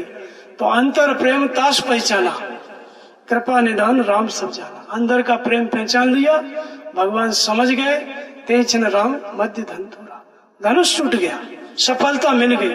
तो देवताओं से सहायता मांगी सीता जी ने, लेकिन किसी देवता ने सहायता नहीं की। किसने सहायता की? हृदय के ईश्वर ने। इसी तरह से सहायता किसने मांगी? माता कौशल्या ने। जब भगवान राम को राज तिलक होने वाला था, तो उन्होंने फिर पूजा चालू की। सुबह सुबह पूजी ग्राम देव सुरनागा, ग्राम देवी कहेश बहुर देन बल भागा। बलि का मतलब ये नहीं है कि बकरा चढ़ाने, बलि का मतलब जैसे आप लोग मनोती नहीं मानते हो कि इतना प्रसाद चढ़ाएंगे, इतने ब्राह्मणों को खिलाएंगे। जो हिस्सा आपने निकाल दिया भगवान के नाम पे, उसका नाम बलि है। बलि माने बकरा काटना नहीं है। तो ये कौशल्या ने जो कहा था कि बलि चढ़ाऊंगी, तो लोग समझते हैं बकरा चढ़ाए, ये बकरा वाली बलि नहीं है। इतना निकाल दिया कि भगवान हमारा लड़का राजा बन जाएगा तो हम इतना इतना करेंगे, भंडारा करेंगे, ये करेंगे। इसका नाम बलि है। कोई भंडारा मान लेता है वो भी बलि में ही आएगा। अब इधर देवी, पहले तो पता नहीं था स्वर्ग में कि राम को राज्य तिलक होने वाला है। जब देवियों की पूजा आरंभ की तो देवी देवताओं से बता दी स्वर्ग में, और स्वर्ग में इंद्र को पता चला। इंद्र ने कहा सरस्वती से कि माताजी जाओ, ये बड़ा अकाज हो जा रहा है। ये देवताओं का अकाज हो जा रहा है। ऐसा करो कि राम वन को चले जाए राजपाट छोड़ के। अब पूजा कर रही है माता कौशल्या, भंडारा करने का निर्णय लिया है कि राजा हो जाएंगे तो मैं भंडारा करूंगी। और उधर जो है देवताओं ने सरस्वती को कहा कि जाओ राम वन को चले जाओ। सरस्वती ने कहा तो तुम लोगों को शर्म नहीं आती, वो पूजा कर रही है, अवध अनाथ हो जाएगी और तुम लोग ऐसा मुझसे कराना चाहते हो, इन अवधवासियों का क्या होगा? तो बोले कुछ नहीं होता, जीव है कर्मदंड भोगते रहते हैं, जीव कर्म बस सुख दुख भागी और जाइए अवध देव हित लागे। हमारा हित देखो, हम लोग एक ही ग्रुप के हैं, सुजाति हैं, आप हमारे बारे में सोचो, वो तो जीव है, धरती के मनुष्य हैं, दुख सुख भोगते रहते हैं, छोड़ो उनका चक्कर। अब बार बार गए चरण संकोची, बार बार पैर पकड़ा देवताओं ने तो संकोच में पड़ गई, चली विचार विविध मत पहुंची। ऐसा विचार करके चल दी कि देवताओं की बुद्धि बड़ी खोटी है, बड़ी छोटी बुद्धि है, ऊंच निवास नीच करतूत। निवास तो बहुत ऊंचा है, स्वर्ग में रहते हैं, लेकिन करतूत बहुत नीची है। चल दी और जाकर के देखा कि किसकी बुद्धि में मैं प्रवेश करूं, किसकी बुद्धि को फेरूं। तो एक मंथरा नाम की दासी थी, उसकी बुद्धि को घुमा दिया और घुमा दिया। अयोध्या में आई सरस्वती जी, जब अयोध्या में आई तो लोग कहते हैं सरस्वती ज्ञान की देवी है, जब आती है तो मंगल होना चाहिए, कल्याण होना चाहिए। लेकिन जैसे ही अयोध्या में सरस्वती प्रवेश की तो हर्ष हृदय दशरथपुर आई और जन ग्रह दशा दुष्य दुखदाई। जैसे ही सरस्वती आई अयोध्या में 7.5 शनिचर होता है, कितना होता है? 7.5 साल का, और ये 14 साल का शनिचर लग गया। 14 साल तक अयोध्या वासियों की दुर्दशा हुई और मंत्रा को शत्रुघ्न ने मारा, फिर दोबारा उसका नाम नहीं आता है। तो सरस्वती से मंगल होना चाहिए, लेकिन क्या हो गया? अयोध्या वासियों का अमंगल हो गया। पूजा की कौशल्या ने, लेकिन धोखा देकर के देवताओं को साथ दिया। तो ऐसे ये देवता है, आप पूजा करोगे आपकी नहीं सुनेंगे, जब उनका स्वार्थ आ जाएगा तो आपको भी वो छोड़ देंगे, इसलिए इनकी पूजा नहीं करना है। इसके बाद सरस्वती और 2-3 जगह पे आई, फिर कुंभकर्ण के पास आई। कुंभकर्ण तपस्या किया, हजारों साल तपस्या किया, उसको लगा कि हमें वरदान मिलेगा, खुश होकर के ब्रह्मा जी के आगे खड़ा हो गया। देखा ब्रह्मा जी ने तो बड़ा भारी विकराल है, ये केवल बैठा बैठा भोजन करेगा टेबल पे, पूरे संसार के लोगों को खा जाएगा, इसका क्या उपाय किया जाए? सरस्वती को कहा कि जाओ इसकी बुद्धि में घुसो। चली गई सरस्वती। उसके मन में था कि मैं इंद्रासन मांगूंगा और राज्य करूंगा, और बेचारा मांग लिया निद्रासन। 6 महीना सोऊंगा, 1 महीना जगूंगा। और सरस्वती घूम गई, सरस्वती बैठी थी, वो तो मांग ही नहीं रहा था सरस्वती ने। तो सरस्वती ने कुंभकर्ण का क्या हुआ? मृत्यु उसकी दे दी। कहा 6 महीने में जिस दिन जगाए जाओगे, एक दिन कच्ची नहीं थी, उसी दिन मारे जाओगे। तो तपस्या किया था और देवताओं की, और मांगा वरदान, और मिला क्या? मृत्यु। तो देवताओं ने सहायता नहीं की, उल्टा नुकसान किया। फिर भरत जी की बारी आई, भरत जी चल दिए मनाने के लिए भगवान राम को। तो फिर देवताओं को लगा कि मना के लौटा के ले आएंगे तो फिर हमारा नुकसान होगा, काज नहीं हो पाएगा। तो फिर सरस्वती को कहा कि जाओ भरत की बुद्धि फेरो। सरस्वती ने कहा कि लोचन सहसन सूझ सुमेरु, इस इंद्र को 1000 नेत्र हैं, सुमेर पर्वत नहीं दिखाई देता है। कौन सी गरिमा थी सुमेर पर्वत की जैसी भरत में? तो कहते हैं कि भरत हृदय से राम निवास हो, तहाँ कि तिमिर तहाँ तरण प्रकाश हो। भरत के हृदय में भगवान राम का निवास था। जहाँ संपूर्ण कलाओं से सूर्य उदय हो रहा है, वहां अंधकार आ सकता है? कभी नहीं। तो जिनके हृदय में भगवान निवास करते हैं, उनकी बुद्धि देवता भी नहीं फेर सकते, भूत प्रेत पाखंड नहीं लग सकता, कोई भी काम नहीं करेगा। जो परमात्मा को मानते हैं, परमात्मा को नहीं मानते हैं, उनको ये सब बवाल पैदा होता है। तो ये देवताओं का चरित्र है। इसके बाद ये तो छोटे मोटे देवता हो गए, अब बड़े देवताओं की बारी आती है, ब्रह्मा विष्णु और महेश। ये 3 प्रमुख देवता हैं वर्तमान में जिनकी ज्यादा चर्चा होती है। तो इनकी पूजा किसने की और इन्होंने क्या सहायता दी, इसके बारे में भी समझ लो। सबसे पहले मनु जब गृह त्याग किए, भजन करने लग गए, तो वन में गए, नैमिषारण्य यहाँ से पास में तीर्थवर नैमिष विख्यात था। तो विचार करने लगे कि किसका भजन करना है। विष्णु विरंच शंभु भगवाना उपजन जास अंश ते नाना, ऐसो प्रभु सेवक वस ही और भक्त हित लीला तन गई। ब्रह्मा विष्णु महेश ऐसे भगवान भी जिसके अंश मात्र से करोड़ों उत्पन्न होते हैं, विलीन होते हैं, ऐसा भी कोई परमात्मा है? यदि है तो उसी का भजन करना है, इनका क्यों करना? मनु लग गए तपस्या में, एक पैर से खड़ा होकर तपस्या किए हजारों साल। ब्रह्मा विष्णु महेश की नहीं, एक परमात्मा की किए। लेकिन ये ब्रह्मा विष्णु महेश बिना बुलाए चले गए। तपस्या पराकाष्ठा पे पहुंची तो विधि हरि हरि तप देख पारा, मनु समीप आए बहु बार। एक बार नहीं आए, बहुत बार आए। और क्या कर रहे थे?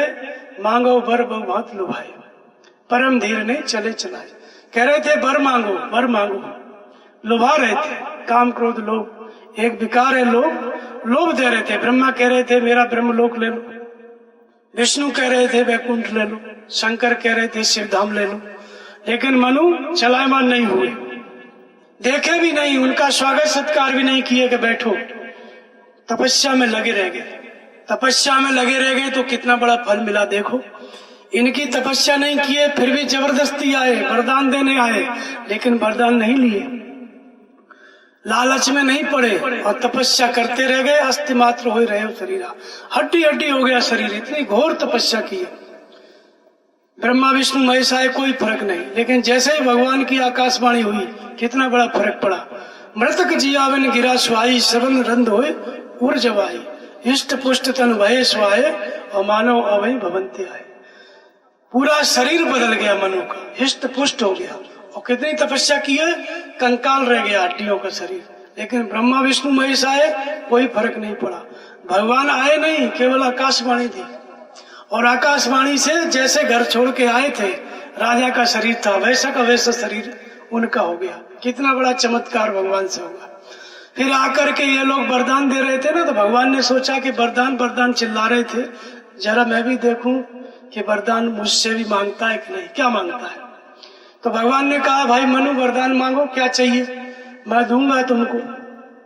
मनु ने कहा कि कुछ नहीं चाहिए, जो स्वरूप बस शिव मन माही, जे कारण मुनि यत्न कराई, और जो भूषण मन मानस संसा, सगुन अगुण ते निगम प्रशंसा, देखे हम स्वरूप वरलोचन, और कृपा करो प्रणत हरित मोचन। जो शिव के मन में स्वरूप बसता है, बस वही स्वरूप हमको चाहिए। शिव नहीं चाहिए, शिव के मन में जो स्वरूप है वो चाहिए। काकभूषण जी के मन में जो स्वरूप है वो हमको चाहिए। भगवान ने वो स्वरूप प्रदान किया। मनु ने देखा कि वो स्वरूप क्या है, तो विश्ववास प्रगटे भगवान। मनु ने क्या देखा, एक जगह पे खड़ा नहीं देखा, पूरे विश्व में जहाँ संसार था वहाँ मनु को परमात्मा दिखाई पड़ा। जो हृदय में था, भगवान शंकर ने कहा कि हर व्यापक सर्वत्र समाना, फिर कहा अस्प्रभु हृदय अच्युत विकारी, सबके हृदय में रहता है, सर्वत्र समान रूप से व्याप्त है। तो मनु ने वही परमात्मा जो शिव ने देख रखा था, शिव ने कहा था ना कि सब जगह है, वही परमात्मा मनु ने सर्वत्र देखा। क्यों? क्योंकि उन्होंने मनु ने मांगा कि जो स्वरूप बस शिव मनमाए। शिव जी ने जो स्वरूप देखा जो उनके अंदर है, वही स्वरूप मुझे चाहिए, वही स्वरूप प्राप्त हुआ मनु को। तो जब तपस्या की है तो भगवान की प्राप्ति हुई। फिर भरत जी भी पूजा किए शंकर जी की। भरत जी जब अपनी ननिहाल में थे तो उनको सपने आने लगे। जब कोई खराब सपना देखते हो आप लोग भी ना, तो देवी देवताओं को मनाने लगते हो, नहीं पता नहीं क्या हो जाए सुबह ही सुबह। तो भरत जी भी सपना रोज देखें, बेचारे रोज मनाए।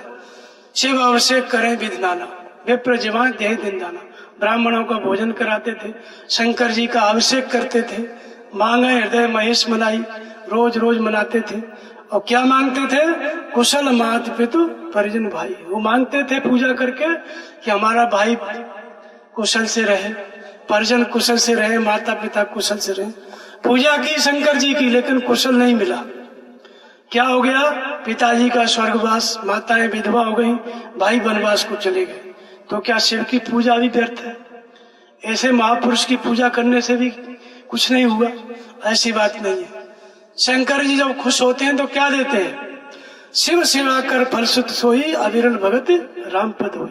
शंकर जी खुश होते हैं तो और कुछ नहीं देते, छोटी मोटी इच्छाओं की पूर्ति ज्यादा नहीं करते। कौन सी इच्छा की पूर्ति करते हैं? जो सबसे बड़ी इच्छा है। शिव की सेवा आप करोगे बाहर, भगवान शिव की जो अनादि महापुरुष हुए पहले, तो क्या करेंगे, आपको भगवान की भक्ति दे देंगे, भगवान से जोड़ देंगे। भरत जी का क्या हुआ, भगवान से जुड़ गए, शिव की पूजा करते थे, भगवान राम की निरंतर अविरल भक्ति मिल गई। फिर दोबारा शिव जी की पूजा भरत जी ने कभी नहीं की। तो शिव की पूजा का फल क्या है कि राम मिल जाए, राम की भक्ति मिल जाए। और शंकर जी की पूजा किसने की, आगे कहते हैं कि काकभूषण जी भी शिव के ही भक्त थे। रोज अपना भगवान शिव का नाम जपते थे और देवता से चलते थे, करो विष्णु कर द्रोह हरिजन दुज देखत जरो। एक दिन नाम जप रहे थे, शंकर जी का नाम जप रहे थे, गुरु आयो अभिमान थे उठ नहीं की प्रणाम। अभिमान बस प्रणाम नहीं किया, सो दयाल नहीं कहो कछु, उरन रोष अवलेश, और अति अग गुरु अपमानता सह नहीं सके महेश। जिनका भजन कर रहे थे वही रुष्ट हो गए और श्राप दे दिया, जा अजगर बन जा। अजगर बनने लगे तो उनके गुरु ने प्रार्थना किया, फिर भगवान शिव को प्रसन्न किया। उनकी प्रार्थना से भगवान प्रसन्न होकर के भगवान शिव ने काकभूषण को वरदान दिया। क्या वरदान दिया, कौन जन्म मिटे नहीं ज्ञाना, जो ज्ञान तुमसे प्राप्त हुआ। उनके गुरु से बोले ज्ञान कभी मिटेगा नहीं, सुनो शूद्र मम वचन प्रवाना। और क्या मिलेगा, तो कहा पूरी प्रभाव अनुग्रह मेरे और राम भक्ति पूजे उठतरे, भगवान की अविरल भक्ति मिलेगी। तो शिव जी प्रसन्न हुए, श्राप दिए, लेकिन वरदान में क्या दिए कि भगवान की भक्ति। तो शंकर जी जब प्रसन्न होते हैं तो भगवान से जोड़ देते हैं। ऐसे ही गुरु प्रसन्न होते हैं, आप गुरु का भजन करते हो और जोड़ते हैं किससे, भगवान से। प्राप्ति किसकी होती है, भगवान की। और भजन किसका करते हैं, ध्यान गुरु का। सेवा किसी करते हैं, गुरु की, वो भी गुरु ही शंकर है। और मिलता कौन है, भगवान। तो इसलिए ये सब देवता शंकर जी की भी पूजा व्यर्थ नहीं जाती, वो आपको भगवान से जोड़ देंगे। ऐसे ही हनुमान जी का आता है, हनुमान जी की भी पूजा हम लोग करते हैं। तो हनुमान सम नहीं बड़भागी, नहीं को राम चरण अनुरागी।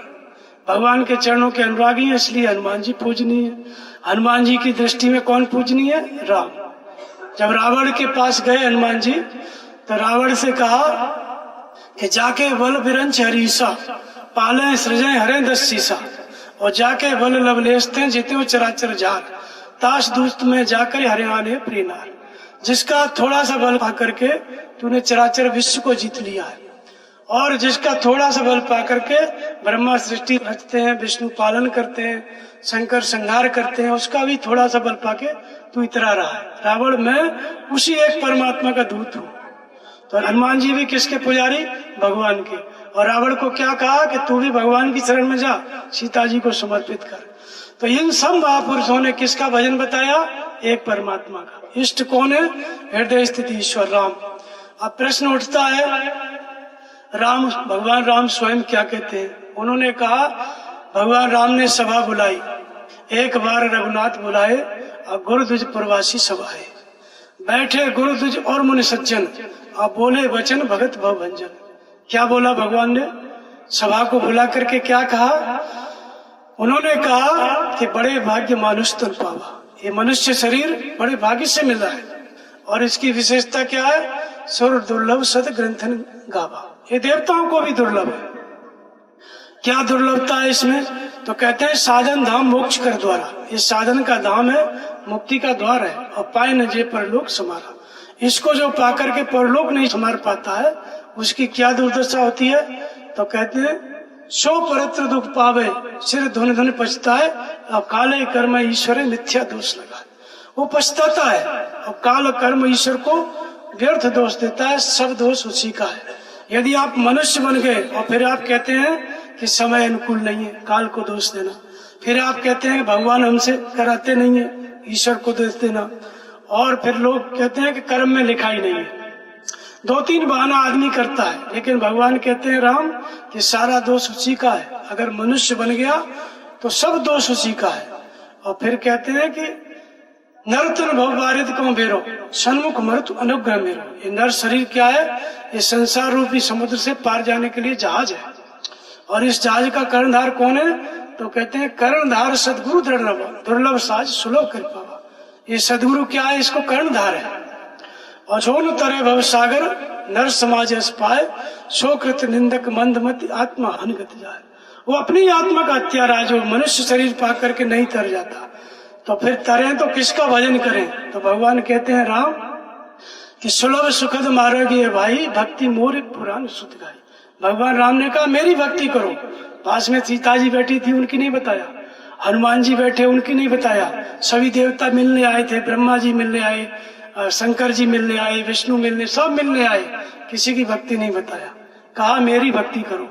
अब लोगों को प्रश्न उठ जाता है कि राम की भक्ति कौन से राम। कबीरपंथी कहते हैं त्रेता में हुए दशरथ के पुत्र, हम लोग उनको नहीं मानते, हमारा राम अलग है। यानी राम नाम आते ही लोगों में विभाजन हो जाता है। कबीरपंथी कहते हैं कि वो अयोध्या वाले हैं, उनको हम नहीं मानते, दूसरे राम को मानते हैं। कौन सा राम? राम कौन? ये प्रश्न उठता है कि राम की भक्ति करें तो कहाँ पे करें, अयोध्या जाएं कि अंदर जाएं, किधर जाएं? या कबीर कहते हैं चार राम। कबीर कहते हैं कि एक राम घट घट में लेटा, एक राम दशरथ का बेटा, एक राम का सकल प्रसारा, एक राम सब जग से न्यारा। कबीर ने चार राम बताए। शंकर जी से पार्वती ने पूछा भाई राम कौन है, राजा का लड़का या कोई और? तो शंकर जी ने डांटते हुए कहा कि ऐसा प्रश्न अज्ञानी लोग करते हैं, लेकिन तूने प्रश्न पूछा है तो तू तो ज्ञानी है, तूने जनता के कल्याण के लिए पूछा है। भगवान शंकर ने बताया राम कौन। दशरथ का पुत्र कोई और, निर्गुण कोई और, सगुण कोई और, ऐसी बात नहीं, एक ही राम है, अलग अलग राम नहीं है। उसका वर्णन करते हैं कि बिन बच चले सुने बिन काना, कर बिन कर्म करे बिन नाना, आनंद रेत सकल रस भोगी, बिन वाणी वक्ता बढ़ जोगी, तन बिन परस नैन बिन देखा, ग्रह ग्रहण बिन वास शेषा, असब भांति अलौकिक करनी, महिमा जास जाय नहीं भरनी, जही इम गावे वेद बुध, जाय धरे मुन ध्यान, और सोई दशरथ सुत भक्त हित कौशल पति भगवान। जो कण कण में व्याप्त है, जो बिना हाथ के सब कुछ कर रहा है, बिना आंख के सबको देख रहा है, बिना वाणी के करोड़ों लोगों को एक साथ बोल सकता है, बिना पैर के सर्वत्र चल सकता है, वही राम दशरथ का पुत्र है। वही राम दशरथ का पुत्र है, दूसरा नहीं है, वही राम है। अब प्रश्न उठता है कि दशरथ का पुत्र जो सर्वत्र फैला हुआ, सब जगह हाथ पैर वाला, वो दशरथ का पुत्र कैसे हुआ? पुत्र की कथा तो ऐसी आती है कि भाई अयोध्या में जन्म हुआ, धनुष यज्ञ हुआ, राक्षसों का विनाश करने गए, लंका रावण को मारा, फिर अयोध्या आए, पैदल चल के गए, सबने देखा है, रामायण में लिखा है। तो जो बिना पैर का है वो पैर से कैसे चलने लग गया? यही प्रश्न लोगों का रहता है, और कबीरपंथी भी इसलिए भेद करते हैं। तो सोई दशरथ सुत, दशरथ का वही पुत्र है, हमारा शरीर है। सबसे पहली बात आती है कि राम कहाँ रहता है, तो व्यापक एक ब्रह्म अविनाशी सत चेतन घन आनंद राशि। और ब्रह्म कौन है? राम ब्रह्म व्यापक जग जाना, उसी ब्रह्म को राम कहते हैं। कहाँ रहता है? सबके हृदय में, अस्प्रभु हृदय अक्षत विकारी, सबके हृदय में रहता है। कैसे प्रकट होता है, कैसे हमसे बात करेगा? तो नाम निरूपण नाम यतन से सो प्रकट जीव मूल रतन से। नाम का जप करोगे, मार्गदर्शन करने लगेगा। वैसे तो जैसे लाइट जल रही है, चाहे सत्संग सुनो, चाहे उपन्यास पढ़ो, गाने सुनो, लाइट से मतलब नहीं है। ऐसे ही वो परमात्मा सबके हृदय में लबालब भरा हुआ है। जैसे समुद्र भरा हुआ है, पानी न बरसे तो किनारे वाले भी प्यासे मर जाएंगे, आप लोग भी मर जाएंगे। तो राम समुद्र है, समुद्र की तरह भरा है। राम सिंधु घन सज्जन धीरा, राम तो समुद्र की तरह सबके हृदय में लबालब भरा है। लेकिन मेघमाला जो पानी बरसाता है वो कौन है? वो सदगुरु है, वो संत है। कबीर कहते हैं सदगुरु ज्ञान बदरिया बरस। परमात्मा बरसता है सदगुरु के माध्यम से, संत के माध्यम से। तो संत बादल है। तो इसलिए परमात्मा सबके हृदय में है, लेकिन कैसे प्रकट होगा? नाम निरूपण नाम, नाम का जप करोगे प्रकट होगा। कहाँ रहता है? हृदय में। तो हमारा जो शरीर है, आप देख रहे हैं ना, इस शरीर में 10 इंद्रियां हैं। 10 इंद्रियों में आंख संसार से जुड़ी है, कान संसार से जुड़े हैं, हाथ पैर संसार में काम कर रहे हैं, नाक, 10 इंद्रियां जब संसार से जुड़ी हैं, इनके मुंह खुले हुए हैं अपने अपने विषयों की तरफ। तो 10 इंद्रियां कौन है? रावण है। 10 इंद्रियों की विषयोन्मुखी प्रवृत्ति, ये क्या है?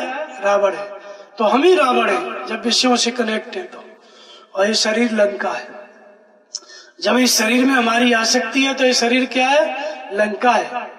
इसी को विषय रूपी लंका कहा गया। इसका अधिपति कौन है? दशानन, 10 इंद्रियों की विषयोन्मुखी प्रवृत्ति, उसी को मोह रूपी रावण कहा गया। लेकिन जब कोई मिल जाता है, दशरथ गए वशिष्ठ के पास, उन्होंने कहा पुत्र चाहिए, यज्ञ कराया, राम का जन्म हुआ। यज्ञ कराया तब भगवान यज्ञ से पैदा हुए ना, तो जहाँ जप यज्ञ जो मन करें, यज्ञ नाम जप यज्ञोस्मि। और भगवान कैसे प्रकट होता है? नाम निरूपण नाम यतन से। तो कौन सा यज्ञ किया? नाम का जप रूपी यज्ञ। तो नाम का जप जब हम करने लगते हैं, बैकरी से, मध्यमा से, पश्चंती से, श्वास के द्वारा, श्वास अंदर गई तो राम, बाहर आई तो राम। जैसे ही मन रुका, दशों इंद्रियों का निरोध हुआ, तो दशों इंद्रियों की निरोधमयी वृत्ति क्या है? दशरथ है। जब हम दशों इंद्रियों को जीतने लगते हैं, संयम करने लगते हैं, तो यही शरीर क्या हो जाता है? अयोध्या। जब तक विषयोन्मुखी है इंद्रियां, तो यही शरीर लंका है, आसक्ति है। और जब अनासक्त होके भजन करने लग गया कोई, विरक्त होके, तो यही शरीर क्या है? अवध हो जाता है। क्यों?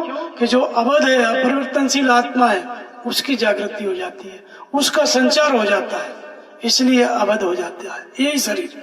तो अवध कहाँ? जहाँ राम निवास हो, जहाँ राम प्रकट हो गए वही अवध है। तो दशों इंद्रियों का संयम किया सदगुरु के द्वारा विधि समझ के। जैसे ही संयमित हुई इंद्रियां, भगवान प्रकट हो जाते हैं। किस रूप में प्रकट होते हैं? अनुभव रूपी राम। अन माने अतीत, भव माने संसार। संसार क्या है, उससे मुक्ति क्या है, ये बात भगवान बताने लगते हैं। इस जागृति को कहते हैं अनुभव। नाम जपते जपते हमारी प्रार्थना इतनी अच्छी हो कि भगवान के और हमारे बीच में जो माया का आवरण है वो हट जाए और भगवान बताने लग जाए, प्रकट होके कहने लग जाए, ये करो ये मत करो, प्रेरणा करने लग जाए। समझो भगवान अवतरित हो गए, भगवान राम प्रकट हो गए, उनका जन्म हो गया अयोध्या में। अब भगवान प्रकट हो गए, भगवान बात करते हैं, इतनी बातें बताई, आखिर भगवान बोलते कैसे, अनुभव आता कैसे, अनुभव के द्वारा भगवान कैसे भक्त को मुक्त करते हैं, उसकी विपत्ति को कैसे दूर करते हैं। इसका उदाहरण आप देखिए रामचरितमानस में। 4 प्रकार से ये भगवान बताते हैं, अंग फड़कन के द्वारा, स्वप्न के द्वारा, सुषुप्ति में ध्यान के दृश्य के द्वारा और समसुरा संबंधित अनुभव, चलते फिरते उठते बैठते जो दृश्य आता है महापुरुषों को, 4 प्रकार से मुख्य रूप से बताते हैं। रामचरितमानस में उदाहरण आया है, चारों उदाहरण आए हैं। सबसे पहले सीता जी जब गई गिरजा पूजन जननी पठाई, तो वाम अंग फड़कन लगे, सीता जी का अंग फड़कन होने लगा कि आपको राम मिलेंगे। माताओं का शगुन होता है बाया अंग, पुरुषों का शगुन होता है दाया अंग, शरीर की बनावट के हिसाब से होता है। तो अंग फड़कन के द्वारा भगवान बताते हैं। तो सीता जी का अंग फड़का बाया कि आपको राम मिलेंगे, तो सीता जी को राम मिले, भगवान ने बताया, काम हुआ कि नहीं। इसी तरह से अंग फड़का किसका? भरत जी का। कहाँ पे? जब भगवान राम रावण का वध करके आ रहे हैं, पुष्पक विमान थे, और उधर हनुमान जी पहुंचे और उधर भरत को बताया, भरत जी का अंग फड़कने लगा। कौन सा अंग फड़का? भरत नयन भुज दक्षिण फरकत 12 बार, जान सगुन मन हर्षत लागे करन विचार। भरत जी का दायां हाथ, दायां नेत्र फड़कने लगा और भरत जी समझ गए कि अब भगवान आने वाले हैं। इतनी देर में हनुमान जी आ गए कि वो पुष्पक विमान आ रहा है, भगवान आ रहे हैं, संदेश दे दिए। तो उनको शगुन मिला, आंख फड़की, दायां हाथ फड़का, तो शगुन मिला कि भगवान आ रहे हैं और भगवान आ गए। ऐसे भगवान बताते हैं। फिर स्वप्न के बारे में कैसे बताते हैं? तो यहाँ पार्वती को आप देखेंगे, पार्वती जी ने स्वप्न देखा, सुनो मात में दीक अस, अपनी माता जी से बताया, सुनो मात में दीक अस सपन सुनावो तोय, सुंदर गौर सुविप्रवर असुपदेश मोय। कि जाओ तपस्या करो, शंकर चाहिए तो तप करो जाकर के जंगल में। ऐसा उपदेश सपने में मुझे दिया। किसने दिया? 2 ब्राह्मणों ने दिया। माता जी को स्वप्न बताया, फिर नारद जी भी थे, उनको भी बताया। नारद जी ने अर्थ बता दिया कि भाई इसको तपस्या करने जाने दो, इसके भाग्य में शंकर जी लिखे हैं और वही इसको मिलेंगे, इसको रोको मत। तपस्या की, शंकर जी मिले। सपने में देखा पार्वती ने कि तपस्या से शंकर जी मिलेंगे, और तपस्या पूरी हुई तो शंकर जी मिले कि नहीं मिले? भगवान ने जो बताया वो हुआ। फिर सीता जी को, सीता जी भगवान की पत्नी है, वो अलग से नियम नहीं है, उनको भी वही भगवान बताएगा जो उनके हृदय में, वो भी भगवान उनको ही बताया। क्या बताया? जब भरत जी भगवान राम को मनाने गए चित्रकूट में, तो 4 बजे ही सीता जी ने स्वप्न देखा और सुबह 6 बजे उठ के बताने लगी भगवान राम को। क्या बताने लगी? यहाँ राम रजनी अवशेषा और जागे सिय सपनस देखा। सहित समाज भरत जन आए और नाथ वियोग ताप तंत आए। जैसे भरत जी सहित समाज आ रहे हैं, आपके वियोग में सूखे हैं। सीता जी बता रही थी, इतने में भरत जी आ गए, समाज के सहित आ गए। जो भगवान ने सपने में बताया सीता जी का, वो सपना घटा। जो बताया वो हुआ कि नहीं हुआ, ऐसे भगवान बताते हैं। यह है अनुभव। इसके बाद ये तो देवताओं की बात हो गई, सत्पुरुषों की बात हो गई। अब जरा लंका कांड में चलते हैं। वहां एक राक्षसी है त्रिष्टा। त्रिष्टा नाम राक्षसी एका और रामचरण रति निपुण विवेका। राक्षसी है त्रिष्टा और वो भगवान राम को उसने देखा भी नहीं। सीता जी के पति हैं, लेकिन वो भगवान की भक्त है, भगवान के चरणों में। कौन से भगवान की? जो हृदय में राम है, उसके चरणों में। सीता जी को रावण बार बार परेशान करता था, रोज रोज। एक दिन सीता जी ने विचार किया, त्रिष्ठा से कहा, विचार विमर्श किया कि माता बहुत हो गया, अब तो मैं जिंदा नहीं रहना चाहती। मैं लकड़ी लेके आती हूँ, चिता बनाती हूँ, बैठ जाऊंगी, आप आग लगा देना। सीता जी ने जब त्रिष्ठा से बताया तो त्रिष्ठा भगवान की भक्त थी। उसने अंदर विचार किया कि जिनकी मैं भक्त हूँ, ये उनकी पत्नी है, क्या इसी तरह से मर जाएगी आग में जल करके? क्या भगवान इनकी रक्षा करने नहीं आएंगे? तो भगवान ने उसी रात त्रिष्ठा को सपने में बताया। क्या बताया? सपने वो बानर लंका जारी, जात उधान सेना संभारी, खर आरूढ़ नगन शीसा, मुंडे सिर खंडित भुजबीसा, एवं दसो दक्षिण दिश जाई और लंका मनो भविष्य भाई, नगर फेरी रघुवीर भाई। जो कुछ भविष्य था लंका का, वर्तमान था, सब त्रिष्ठा ने देख लिया एक स्वप्न में। जो कुछ त्रिष्ठा ने देखा सीता जी को बताया। सीता जी का मन शांत हुआ, उन्होंने अपना विचार त्याग दिया जलने का। कितना बड़ा प्रभाव पड़ता है भगवान के बताने का। और उसके बाद जो कुछ त्रिष्ठा ने देखा, सब कुछ घटा। भगवान ऐसे बताते हैं, राक्षसी को भी भगवान बताते हैं। राक्षस बड़े विद्वान थे, वो देवी देवताओं से पानी भरवाते थे, पूजा नहीं करते थे। और बाकी लोग, आदमी लोग ना भ्रमित हैं, वो देवताओं की पूजा करते हैं भगवान को छोड़ के। राक्षस कितने भी कैसे भी अत्याचारी थे, लेकिन पूजा एक परमात्मा की करते थे। कितने विद्वान थे। तो इसलिए और मनुष्य भ्रमित हो जाते हैं देवताओं की पूजा में। तो जिन देवताओं की आप पूजा करते हैं ना, रावण उनसे झाड़ू लगवाता था, पूजा नहीं करता था। और त्रेता राम की पूजा करती थी, जबकि रावण की राम से शत्रुता थी। और राम की पूजा करती थी तो राम ने कोई भेदभाव नहीं किया। उसके सपने में भी ऐसे ही बताया जैसे अपनी पत्नी सीता को बताया, समान रूप से बताया। तो भगवान इसलिए समदर्शी है, वो भक्त का है, वो राक्षस देवता का नहीं है। जो भक्त है उसके हितैषी है। तो इस तरह त्रेता को बताया, सीता जी का उद्धार होगा। इस तरह भगवान बताते हैं, भक्त की रक्षा करते हैं। तो ये हमने बताया कि इष्ट कौन है, पूजनीय कौन है, हृदय का ईश्वर। और हृदय का ईश्वर जिसको आपको बता दे कि ये तुम्हारा गुरु है, उसका ध्यान करो, वो आपका इष्ट है। भगवान तो इष्ट है ही, लेकिन भगवान ने बता दिया कि ध्यान किसका करना है, गुरु कौन है, तो उसका ध्यान करो, उसकी पूजा करो, वो भी पूजनीय है। तो क्या पूजनीय? शिव तत्व निष्ठा। तो इसलिए भगवान राम की विशेषता बताते हैं तुलसीदास जी कि राम काम सत कोट सुभगतन। राम की विशेषता क्या है परमात्मा की? तो कहते हैं करोड़ों कामदेवों के समान सुंदर है, करोड़ों दुर्गाओं के समान शत्रु का विनाश करने वाला है, करोड़ों विष्णु के समान कोट विष्णु सत पालन करता, करोड़ों विष्णु के समान पालन करने वाला है, रुद्र कोट सत सम संगरता, करोड़ों शंकर के समान श्रृंगार करने वाला है। कौन? एक परमात्मा। कौन सा? जो हृदय में रहता है। तो जो हृदय में रहता है, जब नाम जपोगे, दसों इंद्रियों का संयम करोगे, तो प्रकट होगा, अनुभव देने लगेगा, मार्गदर्शन करने लगेगा। अब उसके मार्गदर्शन में चलते चलते फिर क्या स्थिति आएगी? एक राम का सकल प्रसारा। कबीर कहते हैं कि वही राम मैंने सर्वत्र देखा। जो घट घट में देखा था, लेटा हुआ था, जब मैंने दसों इंद्रियों का संयम किया तो वो मेरे अंदर दशरथ का बेटा हुआ।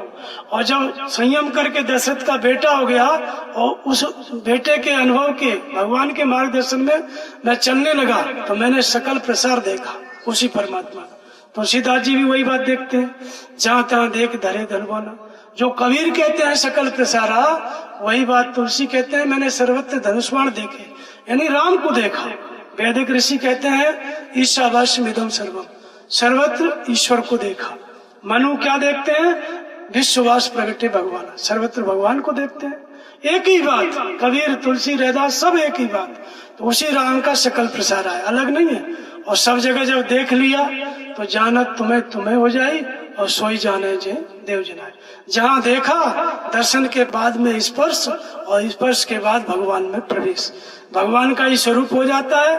तो जो महापुरुष भगवान को पा लिए वो इसी संसार में रहते हैं, लेकिन इसी संसार में रहते हुए संसार से न्यारे होते हैं। जगत में रहते हैं लेकिन जगत से न्यारे। जब तक भगवान न पहचान कराएं तो आप पहचान नहीं पाओगे महापुरुष कौन है, नहीं समझ पाओगे। इसलिए जगत में ही रहते हैं लेकिन जगत से न्यारा। तो एक ही राम है, वही घट घट में लेटा है, वही दसों इंद्रियों का निरोधी दशरथ है, उसके साथ जागृत होता है, दशरथ का बेटा होता है, मार्गदर्शन करता है, उसके मार्गदर्शन में साधना होती है, भजन होता है, और भजन की पराकाष्ठा में सर्वत्र व्याप्त देखता है, सकल प्रसारा देखता है, और देखने के बाद उसी परमात्मा में स्थित हो जाता है। जो पा जाता है वो संसार में रहता है, संसार से न्यारा। इस तरह से एक ही राम है, चार स्थितियों में उस राम की अनुभूति होती है। तो यही परमात्मा है, यही इष्ट है, और कोई पूजनीय नहीं है। बोलिए श्री सद्गुरुदेव भगवान की जय।